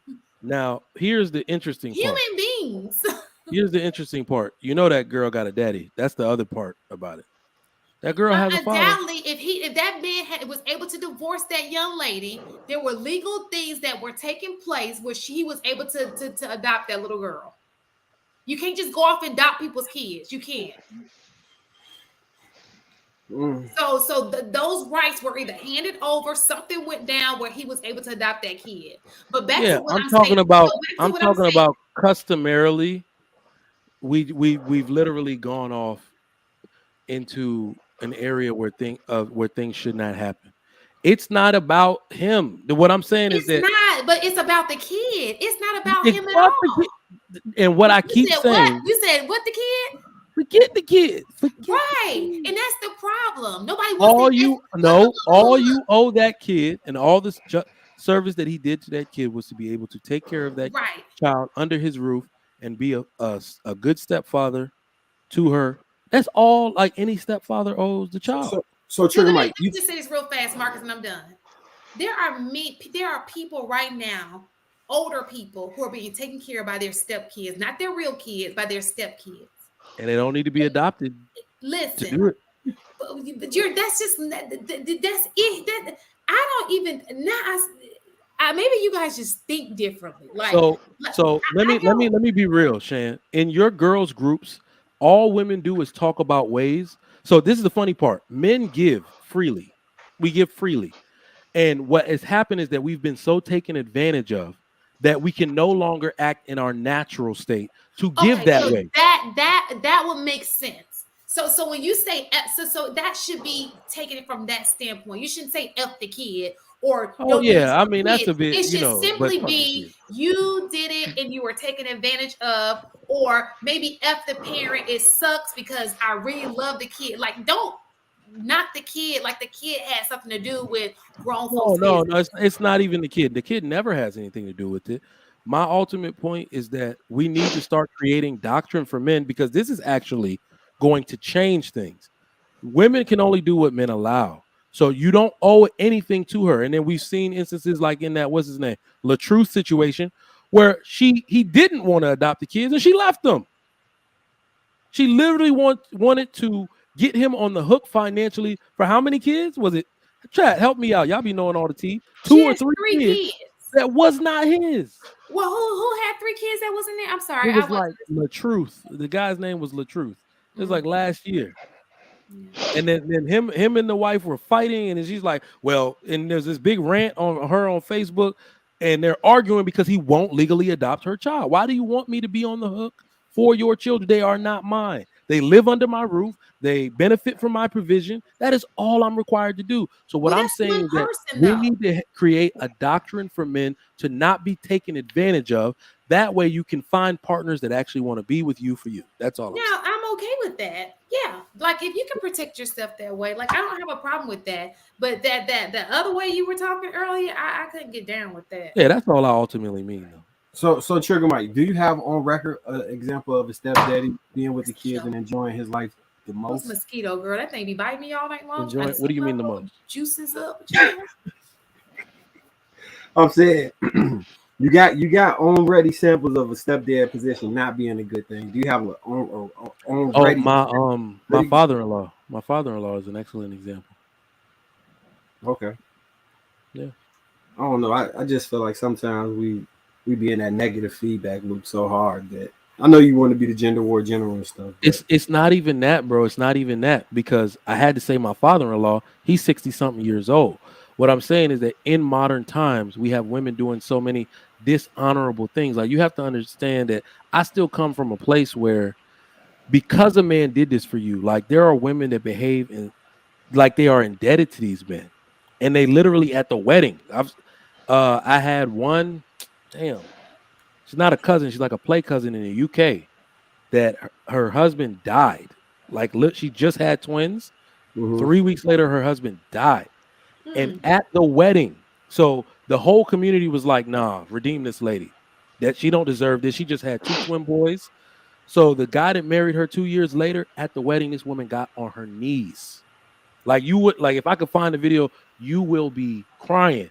Thank you for coming. I will forever submit to you. I will forever serve. This lady got on her knees and thanked that man for redeeming her and her children.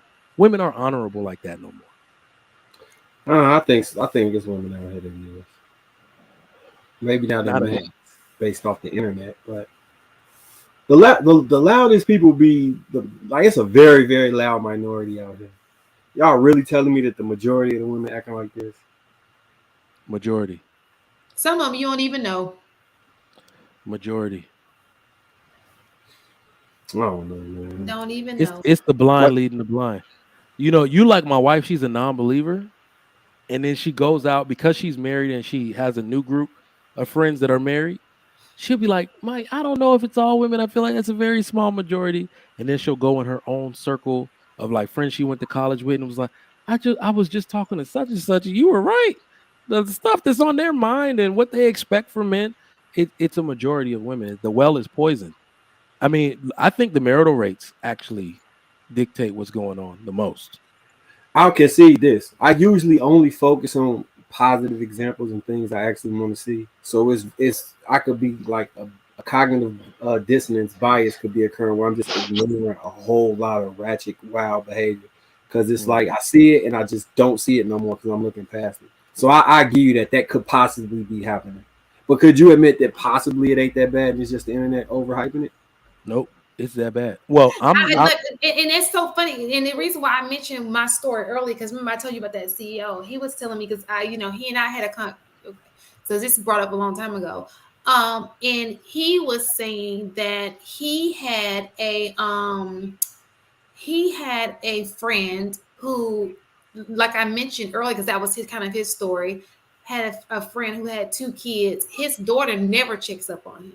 He said, but the stepdaughter always checks up on him. And I was trying to tell him, well, maybe that's the personality, because some women are just more like they're going to check up on you. So it may just be that the daughter's personality is she just goes without calling people. That's just her personality. Whereas the other one's more like nurturing and all that kind of stuff. But his point was the stepchild was the person who, well, that was my point. yeah, unfortunately though, Shan, I think the opposite is more often true. There are dudes that are literally complaining like after all I did for these goddamn kids, they do not call me. I was in the hospital. They didn't send a note, a letter. I literally hear that I've story never more. heard that. I've I don't never want to heard like a really story that debate way. it because there's nothing, but I'm saying that I think we live in an entire culture that is selfish. Yeah, so this day I do think that, but every person and I don't want to put my family business. Only one stepdad I know in my family. Because the rest of them, the kids are all theirs. There's one stepdad I know in my family. I mean, he's older because he's deceased, but he's of older generation. The person in my family, he never had a kid by her, but she came with a kid, which we didn't even know until the funeral. Isn't that crazy? Didn't even know that was even his grandkids didn't even know it. That's crazy. Because people kept that a secret back in the day. But anyhow, but it was never he never treated her any different because that's how we never knew, you know, all these years we never knew that wasn't his real kid, that it was just he met her when the baby was one and it just lived that way, and the kids never knew any different. He never treated them any different. It was just, and she's gonna forever be in my cousin, whatever ever be his child. She don't even want to know. That's her dad. That's kind of how Waka is too, right? Like Waka Yeah, Flocka with yeah. that girl. So Trick, like, let me ask you this: if you was to gauge, like, out of one through or a percentage wise, how many black women do you think fall in love with men and don't worry about none of this YouTube stuff and actually just love the man they with?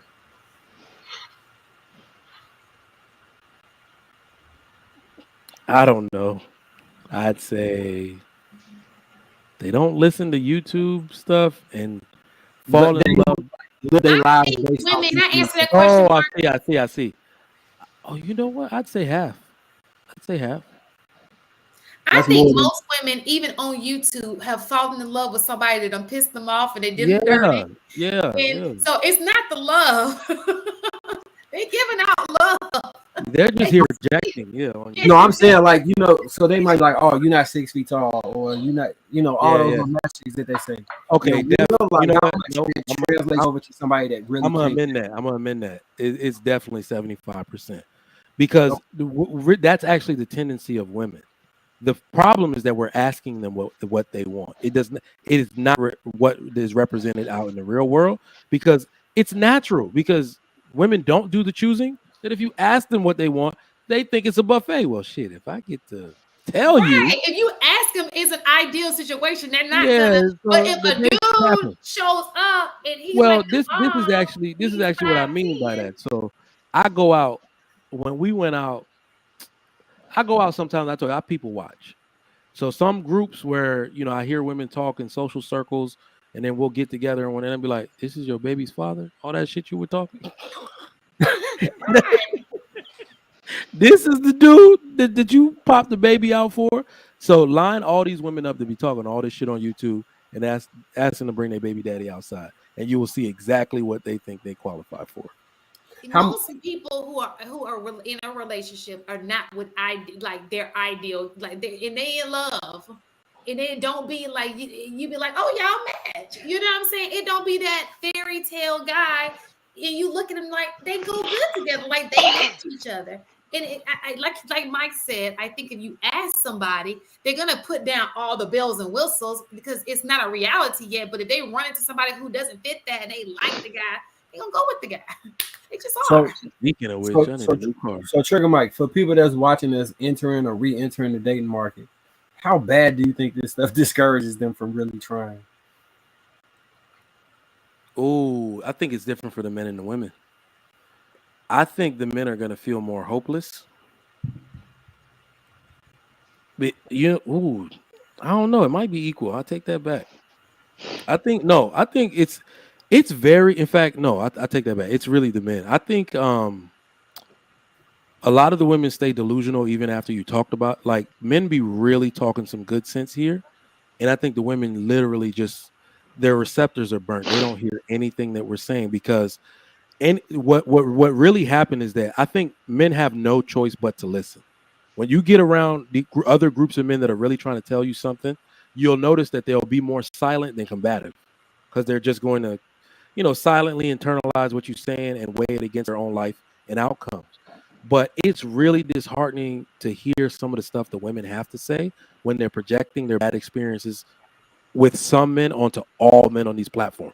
Every time I hear a black woman generalize on these platforms, they obliterate black men like we are the scum of the earth. That's why I told you I don't think we understand, or Shan even understands, how many black women actually hate us.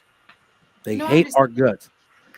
So that black men hearing that, so I didn't think that MGTOW thing was a real thing. I didn't think Passport Brothers would be a real thing or something that would blossom into men actually going to live in Thailand. I was like, what? You from America? Ain't no way you about to go live in Thailand. But it has, because as you watch this, you're going to continue to lose faith in your ability to find a wife. Whenever we talk about marriage and children, for some reason, we always associate it with a woman's desire. As a man ages, he desires for these same things too.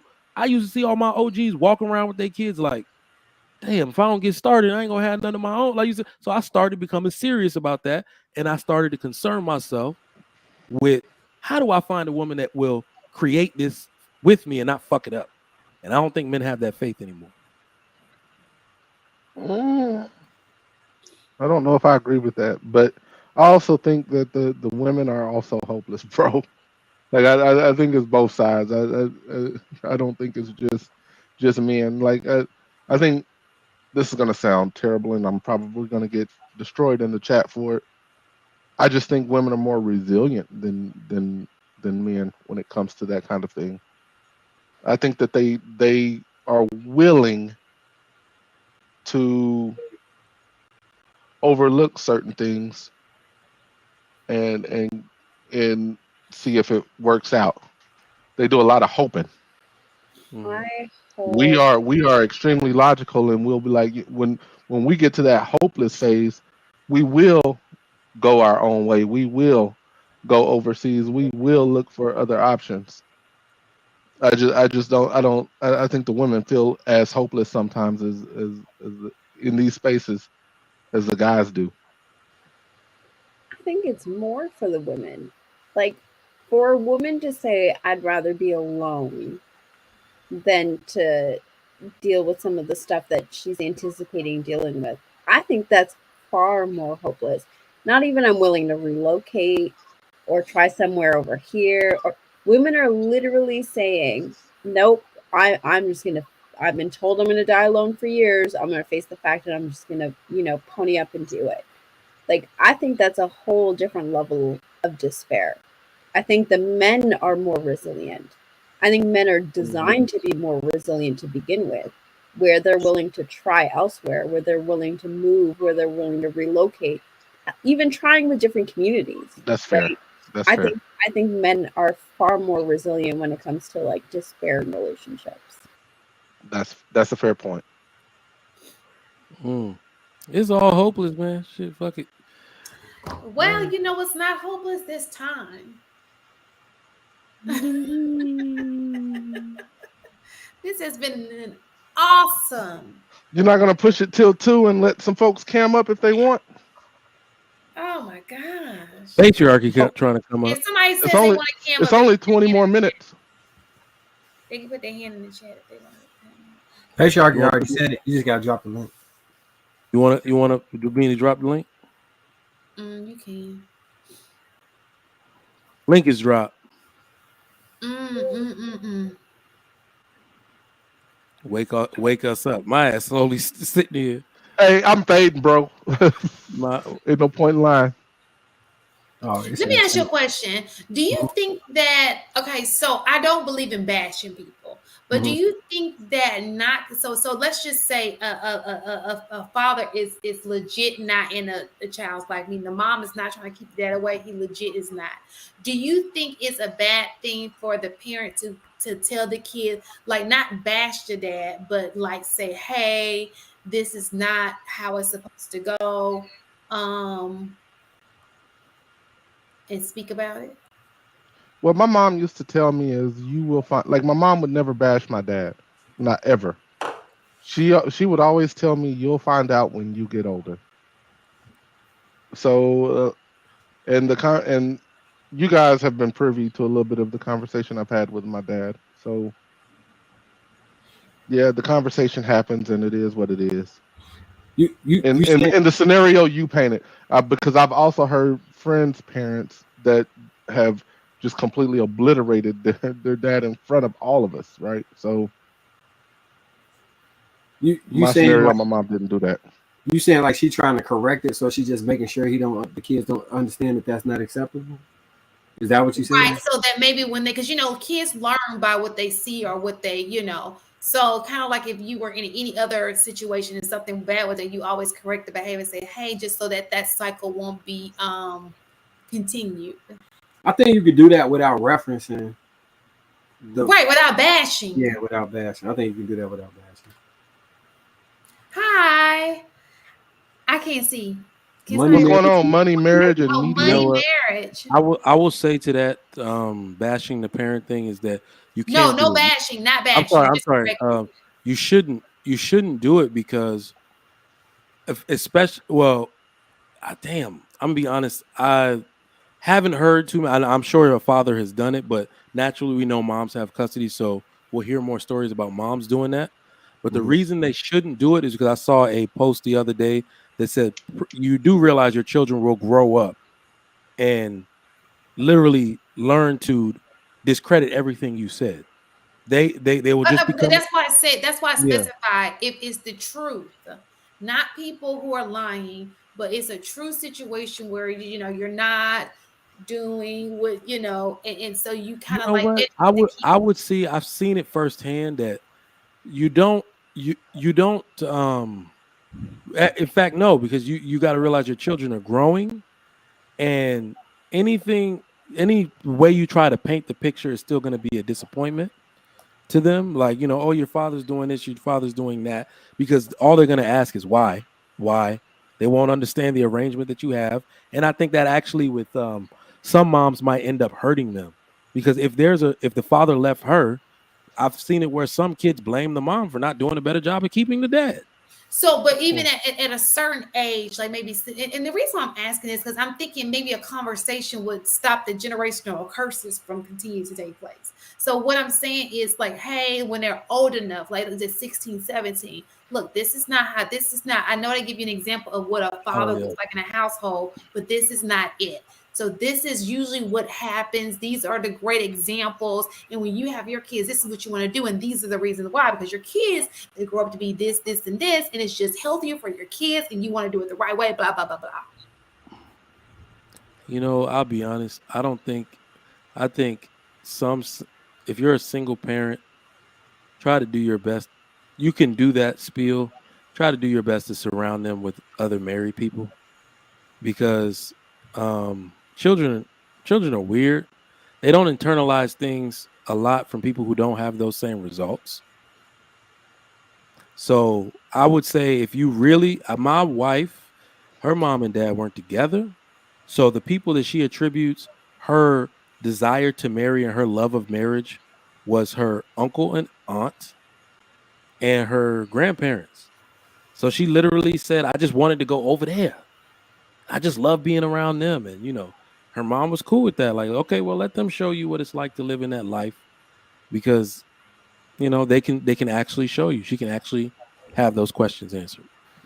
So I had a question around that, right? Because I think providing examples is a beautiful solution, but how do you handle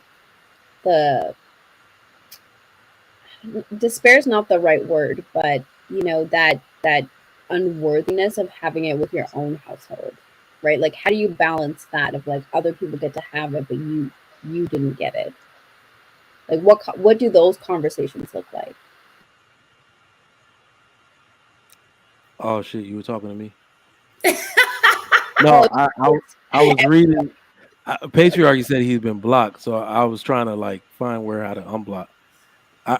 Is he blocked for real? Well, no, somebody came up on my show once and flashed something with his name on it. That's probably why.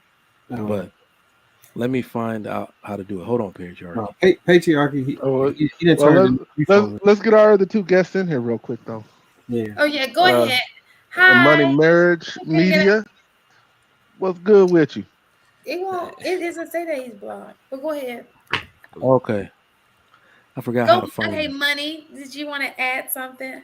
Well, yeah, I actually put in a super chat. Yeah, and it was about stepfathers, and that's it. I've never seen this be addressed before, because we in relationship talk from the male perspective, we always talk about women having children out of wedlock as a negative, right? Right. Okay, but again, what if being a stepfather is how you can get a higher quality woman? It's like, because relationships at the end of the day are about balance. So what are we saying to men who are, let's say you're an average man, you're a 4, right? It's a little bit below average. And you want a woman who is an 8 in looks or 8 in overall. They're not looking. Stepdaddy is your way in. Man, that's a bad bet. That's a bad bet. You say that, but what's the alternative there, though? Get a 4. Get a 4. 4 deserves 4. Okay, but if that's the case, what do people mean when they say she's an 8 but she got a kid? No, so that's a good point on all, but again, there are women that do that, literally use the 4 for sustenance and upkeep until they can get them another 8. No, they be marrying them 4s and staying married. Hang on, Mike. I'm not gonna let you get away with that, because one of the things that you and I have talked about is improving the vetting process in our community. So again, if the vetting process is improved to where the matriarchs of the family of the man's family are limiting women who you're talking about to where the less of them are coming around the guy, then what are we talking about here? I have several questions first before you chime in, Trigger Mike. I have several questions. So when you say a higher quality woman, are we just talking looks? No. So you're saying, so what?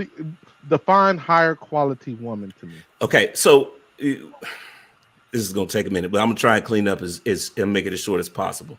Right. So as a reference, fit, feminine, friendly, cooperative, submissive, childless. High value men get those 6 categories. What we never talk about is most average men will take 3 to 4 out of the 6.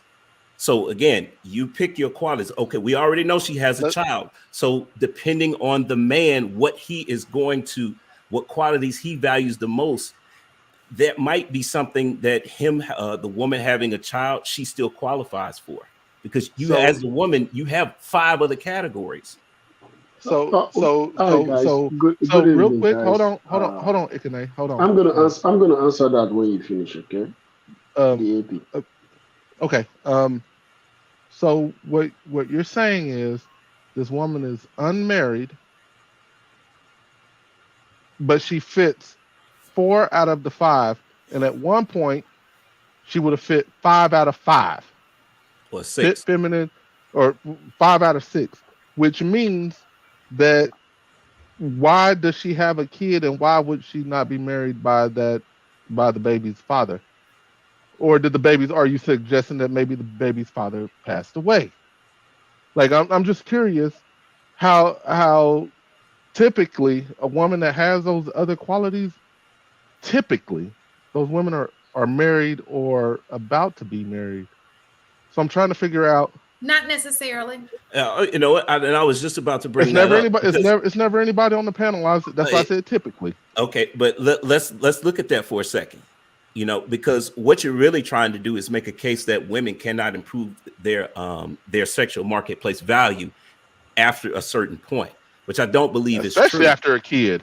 Well, but see, here's the thing, That's though. a lie. That's a red flag for you.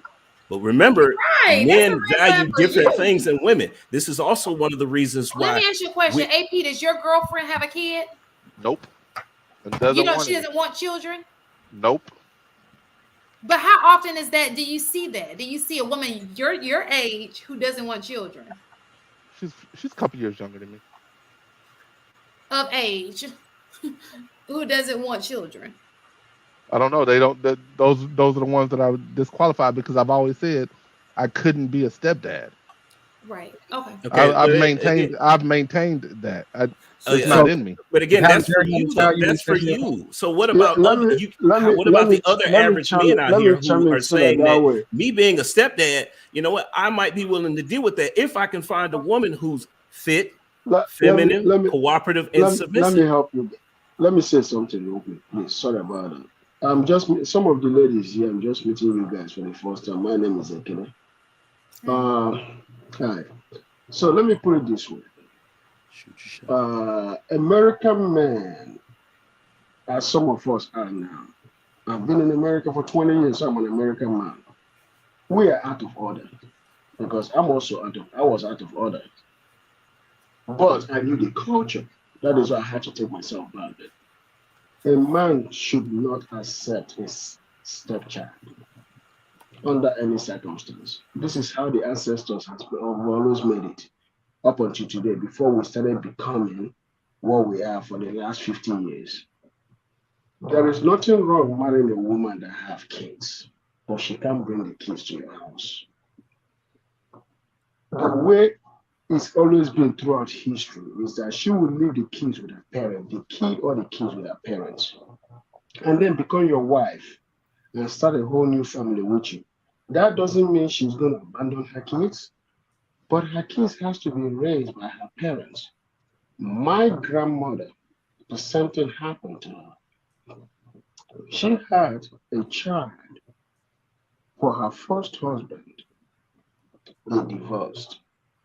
When she went home and got married by my grandfather, she did not bring that child to my grandfather's house. And it's always been like that throughout history.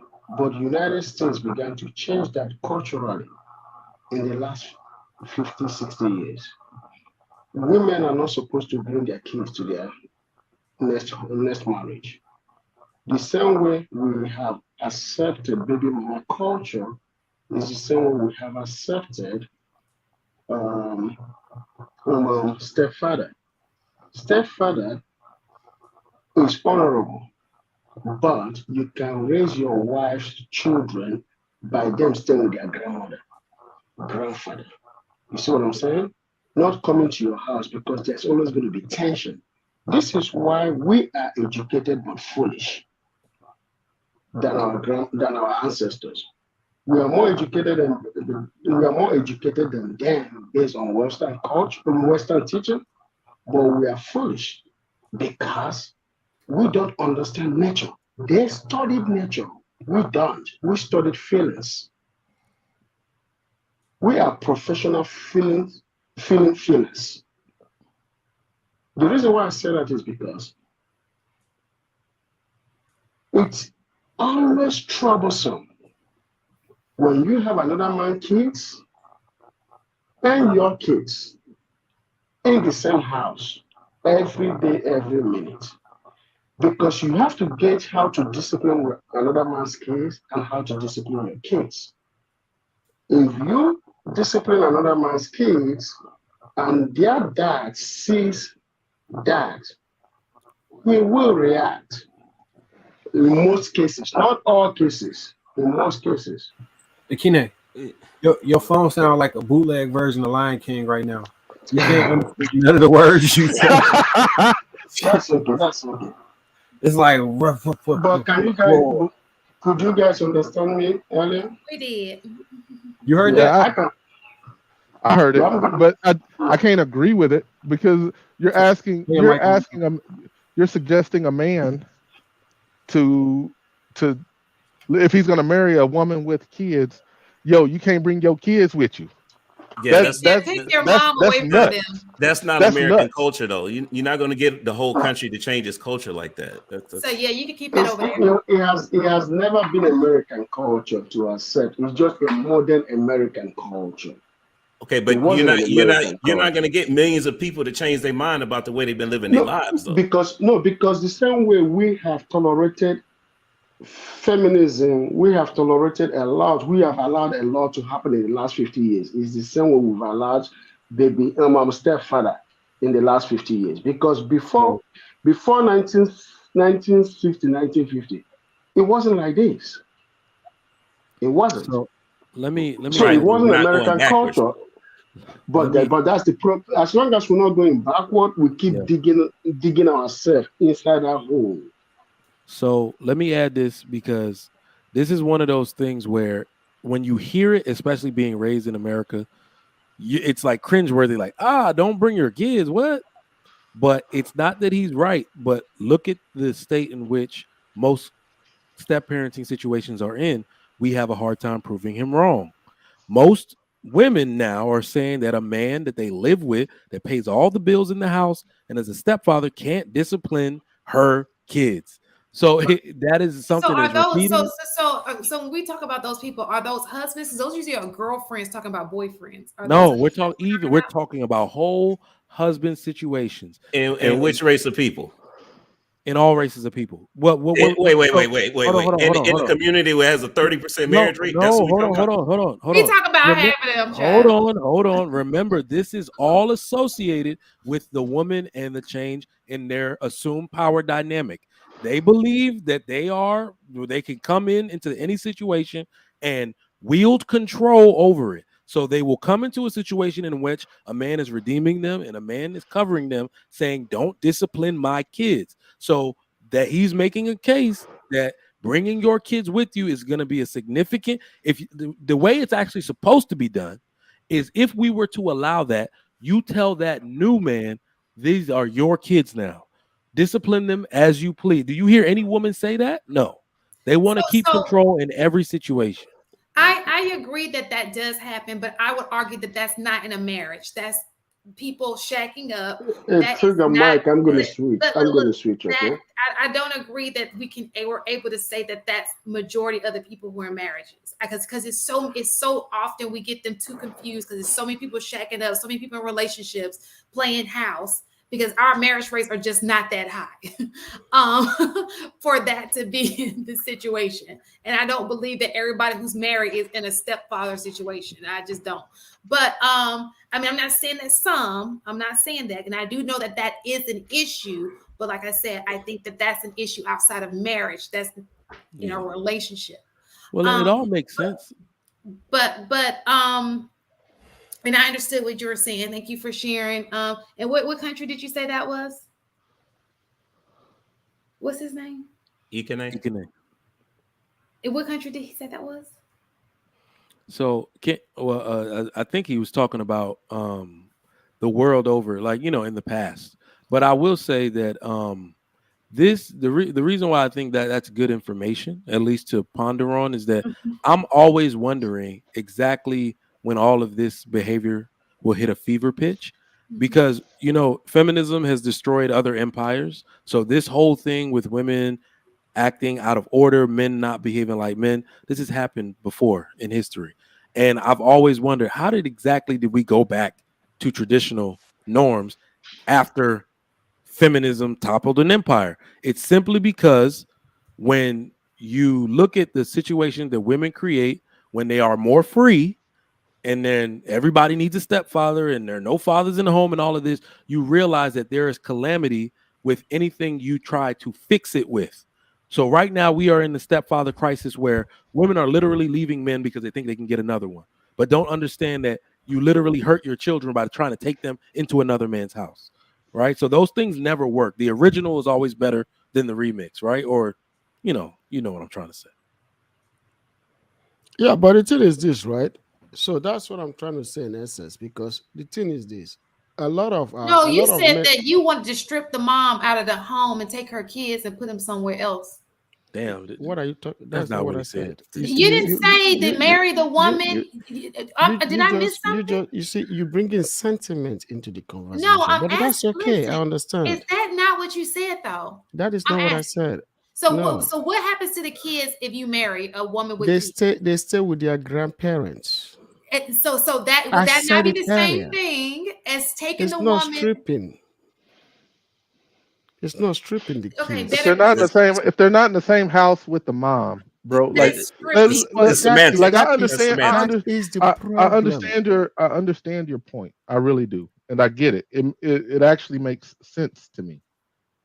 But what you are suggesting is go back to some time that I'm not familiar with, that no one in America, that no one alive probably is familiar with, if you're under the age of 85, and say, hey baby, I like you a lot, I want to marry you, but your kids got to stay with your folks when we get married. Like, you are literally telling the woman that's living in your house AP, I gotta that she doesn't, like, she's not gonna have 24-hour access to her kids. I understand where you're going, AP, but I gotta ask you a question. If you keep digging hole for yourself, when are you gonna get out of that? Don't you stop when it's 4 feet or 3 feet? Are you gonna wait until it's 20 feet? Or you can simply disqualify the woman if her kids can't come with her. But guess what? Don't disqualify her right out the gate. Why are you wasting? But guess what? That is the best option. It is the best option. That is why I never talked about that. It's the best option. But what we're saying today is for the men that are marrying those women that have kids. It's not a good option for those men. Actually, because you know why? Well, go ahead. Can I ask you a question? The reason why is because those men are going against nature. Well, my example is that what if it's an upgrade for the man? He normally would not qualify for that type of woman, but because she has a kid, it brings balance to the relationship. So that is not correct. No man without kids is disqualified from marrying a woman without kids. That is the worst thing any man can do to himself. Hold on. I missed that. Can you say that again, please? No man without kids is disqualified from marrying a woman without kids. Did you run that by the women? Because most women are going to have a.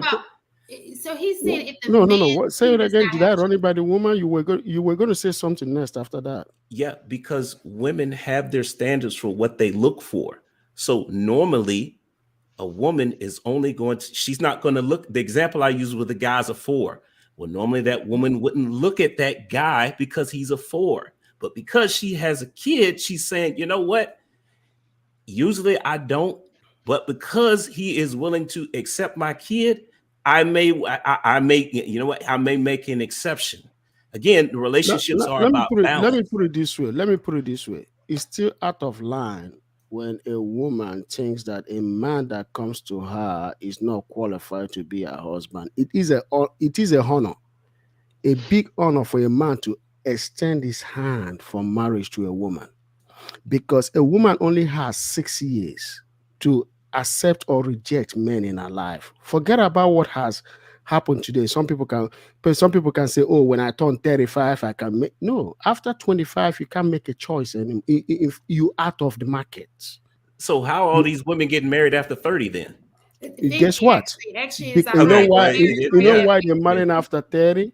The average age of marriage in this country is 31. I have an answer to that. The reason why they marry after 30 is because a lot of men today have become so sympathetic to women. They don't even know what they qualify for. So how are we going to change the standards? Hold on. We gotta, because I tried to debunk this. The average age, I think, for black women is 31, but the average age of first marriage for women in general is now moved up to 29.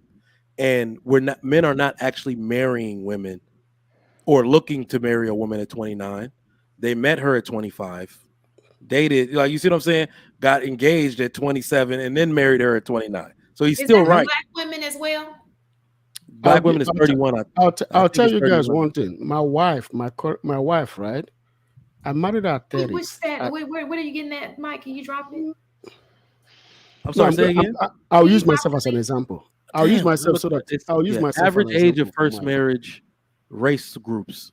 Hold on. No, he's right. It is 31. Check this out, right? What Mike just said right now is absolutely 100%. You know why? My wife, I married her at 35. But people are going to be like, wow, you married your wife at 35? Guess what? I met her at 26. If I didn't meet her at 26, do you think I'm going to meet her at 35 and marry her? Hell no. Damn, it's like 32 now. All right, so Chen, it's in the But I met her at 26, which means I met her at the age that men meet and marry their wives. And we stayed that long. Never broke up, but married. Right? So what I'm going to say to you guys, the reason why there is a lot of problem today is because we are going against nature, and nature always going to win. For a woman to marry at the age of 35, meet a man at 35 and marry at 35 or 40, is totally against nature. They know the kind of problem that they go to. There are people out there that get away with it. But majority, which is what we always speak on, is majority. Majority do not get away with it. That it works for you doesn't mean it works for the 85% or 95% of people out there. It doesn't work for them. You might be one of that. You might be that 10, 15%. That's good. And money, I'll say this. So, and this kind of goes back to earlier in the conversation. Trigger Mike, would you say a 4 and a normal 8 are equally yoked? Or could be equally yoked? A woman that's an 8 and a guy that's a 4, is there any possible way that they would be equally yoked? Yes. Money seems to think. Yes. I got you. There is a way. I believe in it, money. Beyonce, Jay-Z, that nigga 2. So that's all I got to say. Name another one. Name more than 3. Hey, Janet dated Jermaine Dupri. The point that I make is the average person. The average female that has these this person that's an 8, these qualities, that is actually feminine, is likely already married. But I'm gonna disagree with you. Wait, because one of the things that what are the 5 criteria again? Name all 5 criteria for me if you don't mind. Fit, feminine, friendly, cooperative, submissive, and childless. Okay, so the 6 qualities. Right. Think about these 5. Men, we are hunting for these 5. We're hunting for 5 of them. Right. At minimum 5 of them. I would say 3 to 4. And if feminine is in there and cooperative is in there, she's married, bro. Like most of those, you might find the one-offs, but the average of the person you just described is either married, about to be married, or is with that guy already. So if this woman has a child, the question is, what happened to the dad? Let's just say for the sake of argument, the dad died. For the sake of argument, she is a widow. Just for the sake of the argument, for her to fall in line with a 4, because she's looking to fall in line. The kind of woman you're describing is the kind of woman that actually falls in line, right? She's not the type that's out here hoeing around. She's not the type that's actually running the streets. So for her, she doesn't see that guy as a 4. So she sees him as something else. But I would argue that guy, I'm gonna say 2 statements first. I think stepdads are like real supermen. I don't have it in me to be it. I think they're different. I think you got to be different to be a stepdad. For sure. But the second part of that is, she doesn't see him as a 4 if they are in the same realm. It's unlikely that he's a 4. What makes him a 4? You know what I mean? Because she's not the type of woman that's going to settle for just any guy. Okay. The kind of woman you described is not just going to settle for any guy. But you still haven't addressed my initial point that I made when you said that the first time. Is it possible for women to improve in the categories that I listed? Then that means that she could have been the woman. So we're talking about turning a hoe into a housewife. No, I didn't say that. That's what we're doing now. What if when she had the first child, she was not a cooperative woman? She wasn't submissive. But 5 to 6 years later, she has learned to do that. So what you're really saying is that women are just these, they can't self-improve. Once how they are is how they stay. And that's just not the case. Now, I know it's rare but the thing is this, right? Improving your personal character is not improving your sexual marketplace. Those are 2 different things. I'll tell you why. Real fast, Enos, because we're not gonna do this because it's 2:10. Enos, did you want to add on anything? I'm sorry, Enos. I just spoke over you. I'm sorry. Oh, are you sure? Because I saw that you were, at the end of the day, it's what you want for your life. Everybody's not meant to be a stepdad. All these people got all these rules. You know what I'm saying? Oh, this, and this. I don't think we have rules. The thing is that in America we create individualistic rules. That's how America works, unfortunately. But guess what? America's not working because we don't have rules. It's not working. That's how it works. I didn't say that it's working. But it's not working. That's how it. But when are we going to stop it? So where are you, sir? Where are you? Going to stop it? Where are you? I'm in America. Why? If it's working where you were, why are you here? It's not. If in fact it's coming, working. It's coming. What I'm saying to you is something about what's going on here is working for you to make a move. Now we don't have. You know what? Right. This is what we call shame and the need to be right. Listen, no. That is what I'm talking about. It doesn't help you. Listen, shame and the need to be right. It doesn't help you. listen. Because this is one thing that happened. I was talking to a Sir, lady. Not can you give me a second? I'm sorry, and I'll let you and I'll let you talk. I agree with you. I do think that we need to have shame. Absolutely. You will not, because what's right is right. You can never make what's wrong right. Okay. You're not going to get me to disagree with that. Period. But at the end of the day, it's a culture. A lot of shit need to be changed. Not just single moms, people out here sleeping with people. Is a lot of shit in our culture that needs to change. That's just a consequence of a bigger picture. But nobody, all we talk about is this, and this. But we don't ever want to talk about the problem I have is always one part of it. Nobody wants to talk about the other part. You understand what I'm saying? So yes, at 210, I absolutely agree. But the only solution that we're going to come up with tonight is, if you know that you can't be a stepdad to somebody, don't. Right. The worst thing you can do is put yourself in a person's life with children, and you do not have those kids' best interests at heart. That's what we can do. That's something that we can change today. You yourself, if you know that you cannot be a good stepdaddy, don't be a stepdaddy. Don't even bother her and play like you want to be a stepdaddy. Be honest about this. She shouldn't even be on your radar. She shouldn't even be somebody you're dating, even trying to play with. Why would you want to play with her? That shit come back on you. Karma come back on you. And guess what? It don't come on you. It come on your kids. It curse your kids. Remember, that's not the only. So what I'm saying to you is, you always want to do right by people, whether they believe what you believe or they don't. You should never wish ill on people, and you should always do right by people. And that's all I gotta say. Yeah. When you're dealing with people, it becomes a karma when you promise somebody marriage, and then you know that you really don't want to marry her, right?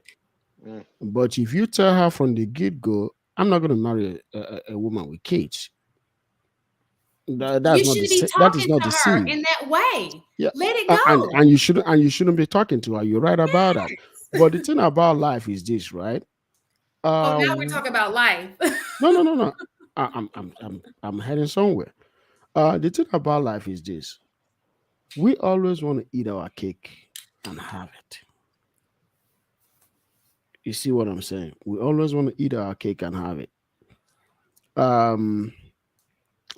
If every single woman in America marries, if every single woman with a child marries every man with a child, right?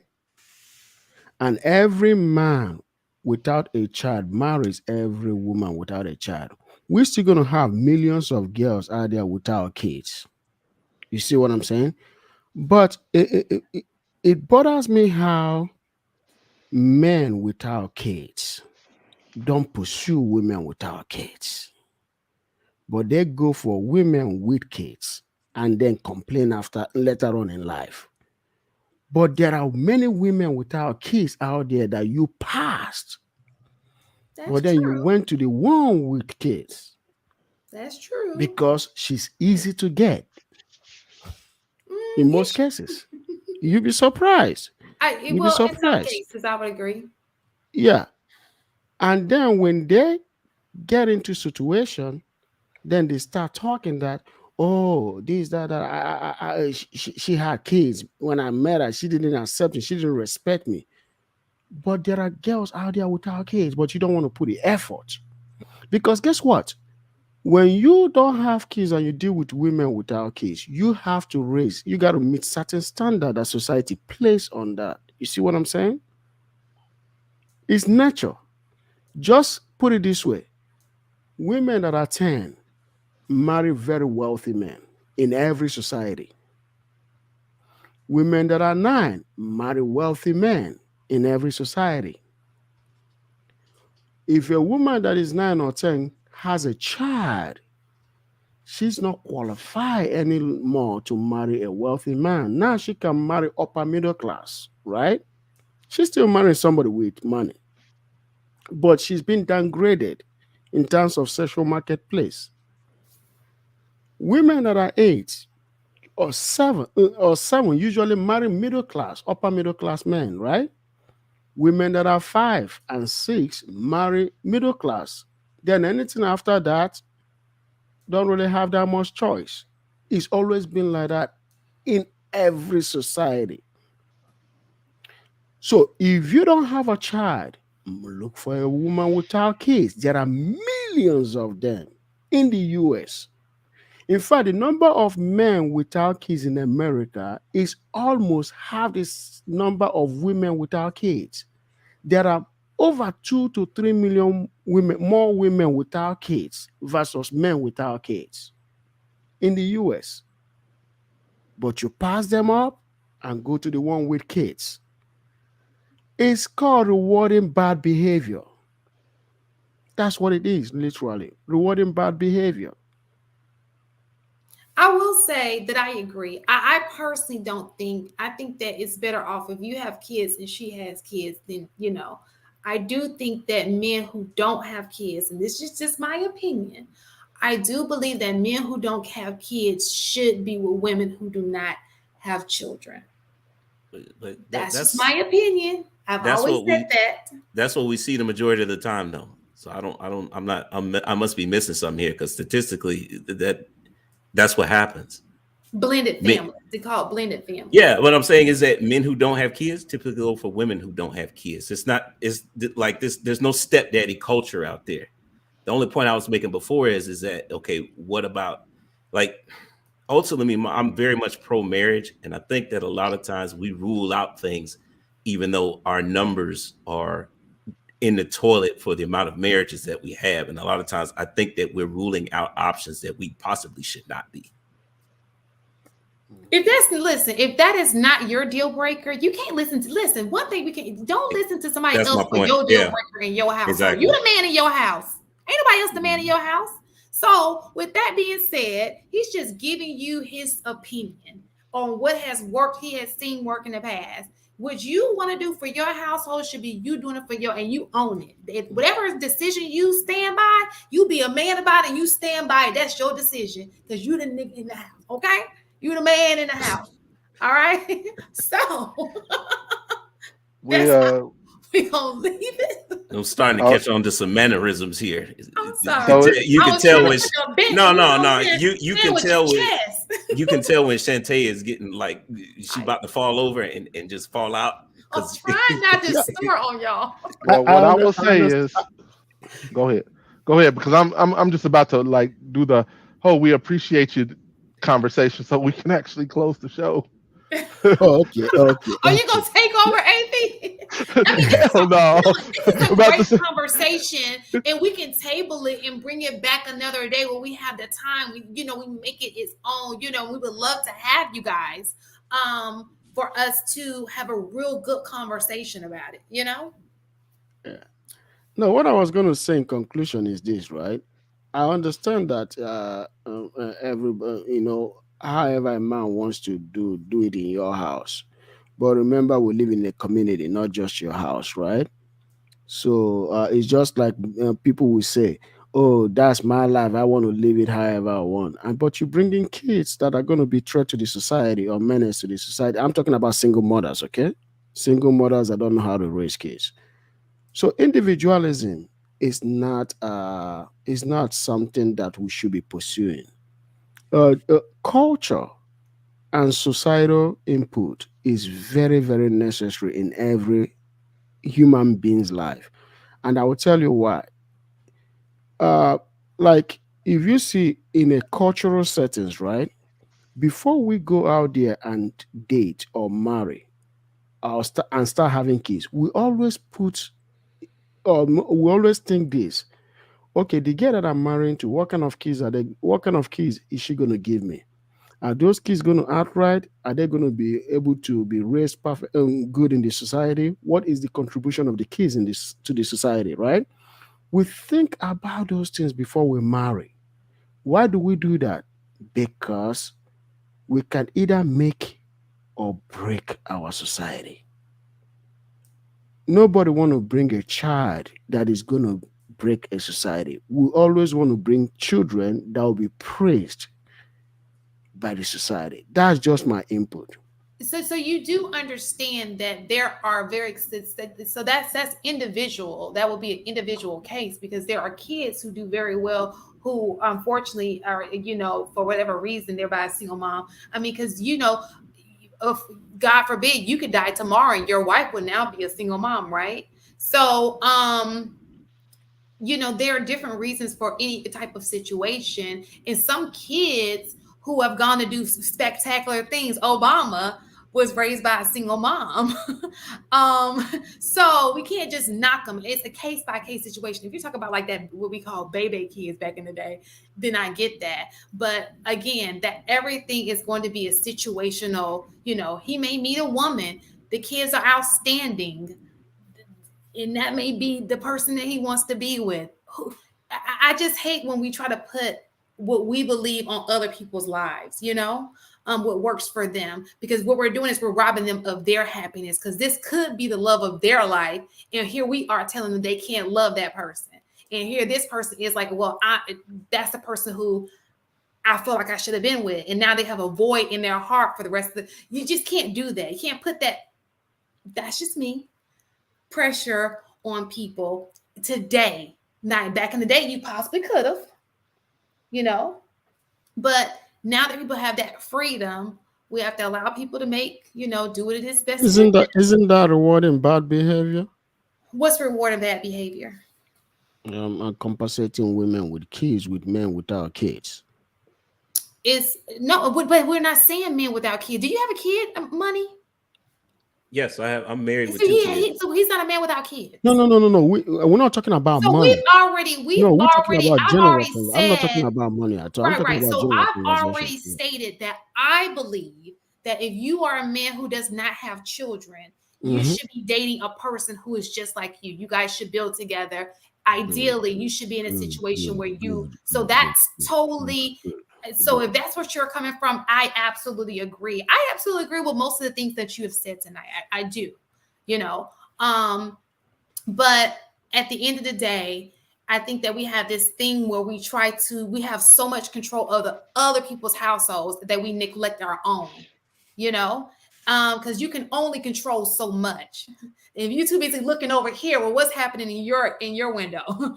So we have to make sure we can control ourselves and what's taking place in our city. If everybody does that, then we'll be okay, because everybody's controlling their household and they're controlling things that are going on with them and making it right, so that when we go out in society, everything will be the way it is. Chantel, let me say this real quick to you. Do you know what we always get into people's household? Do you know what that community does? When that? it's damaged, when there are things that are not working right.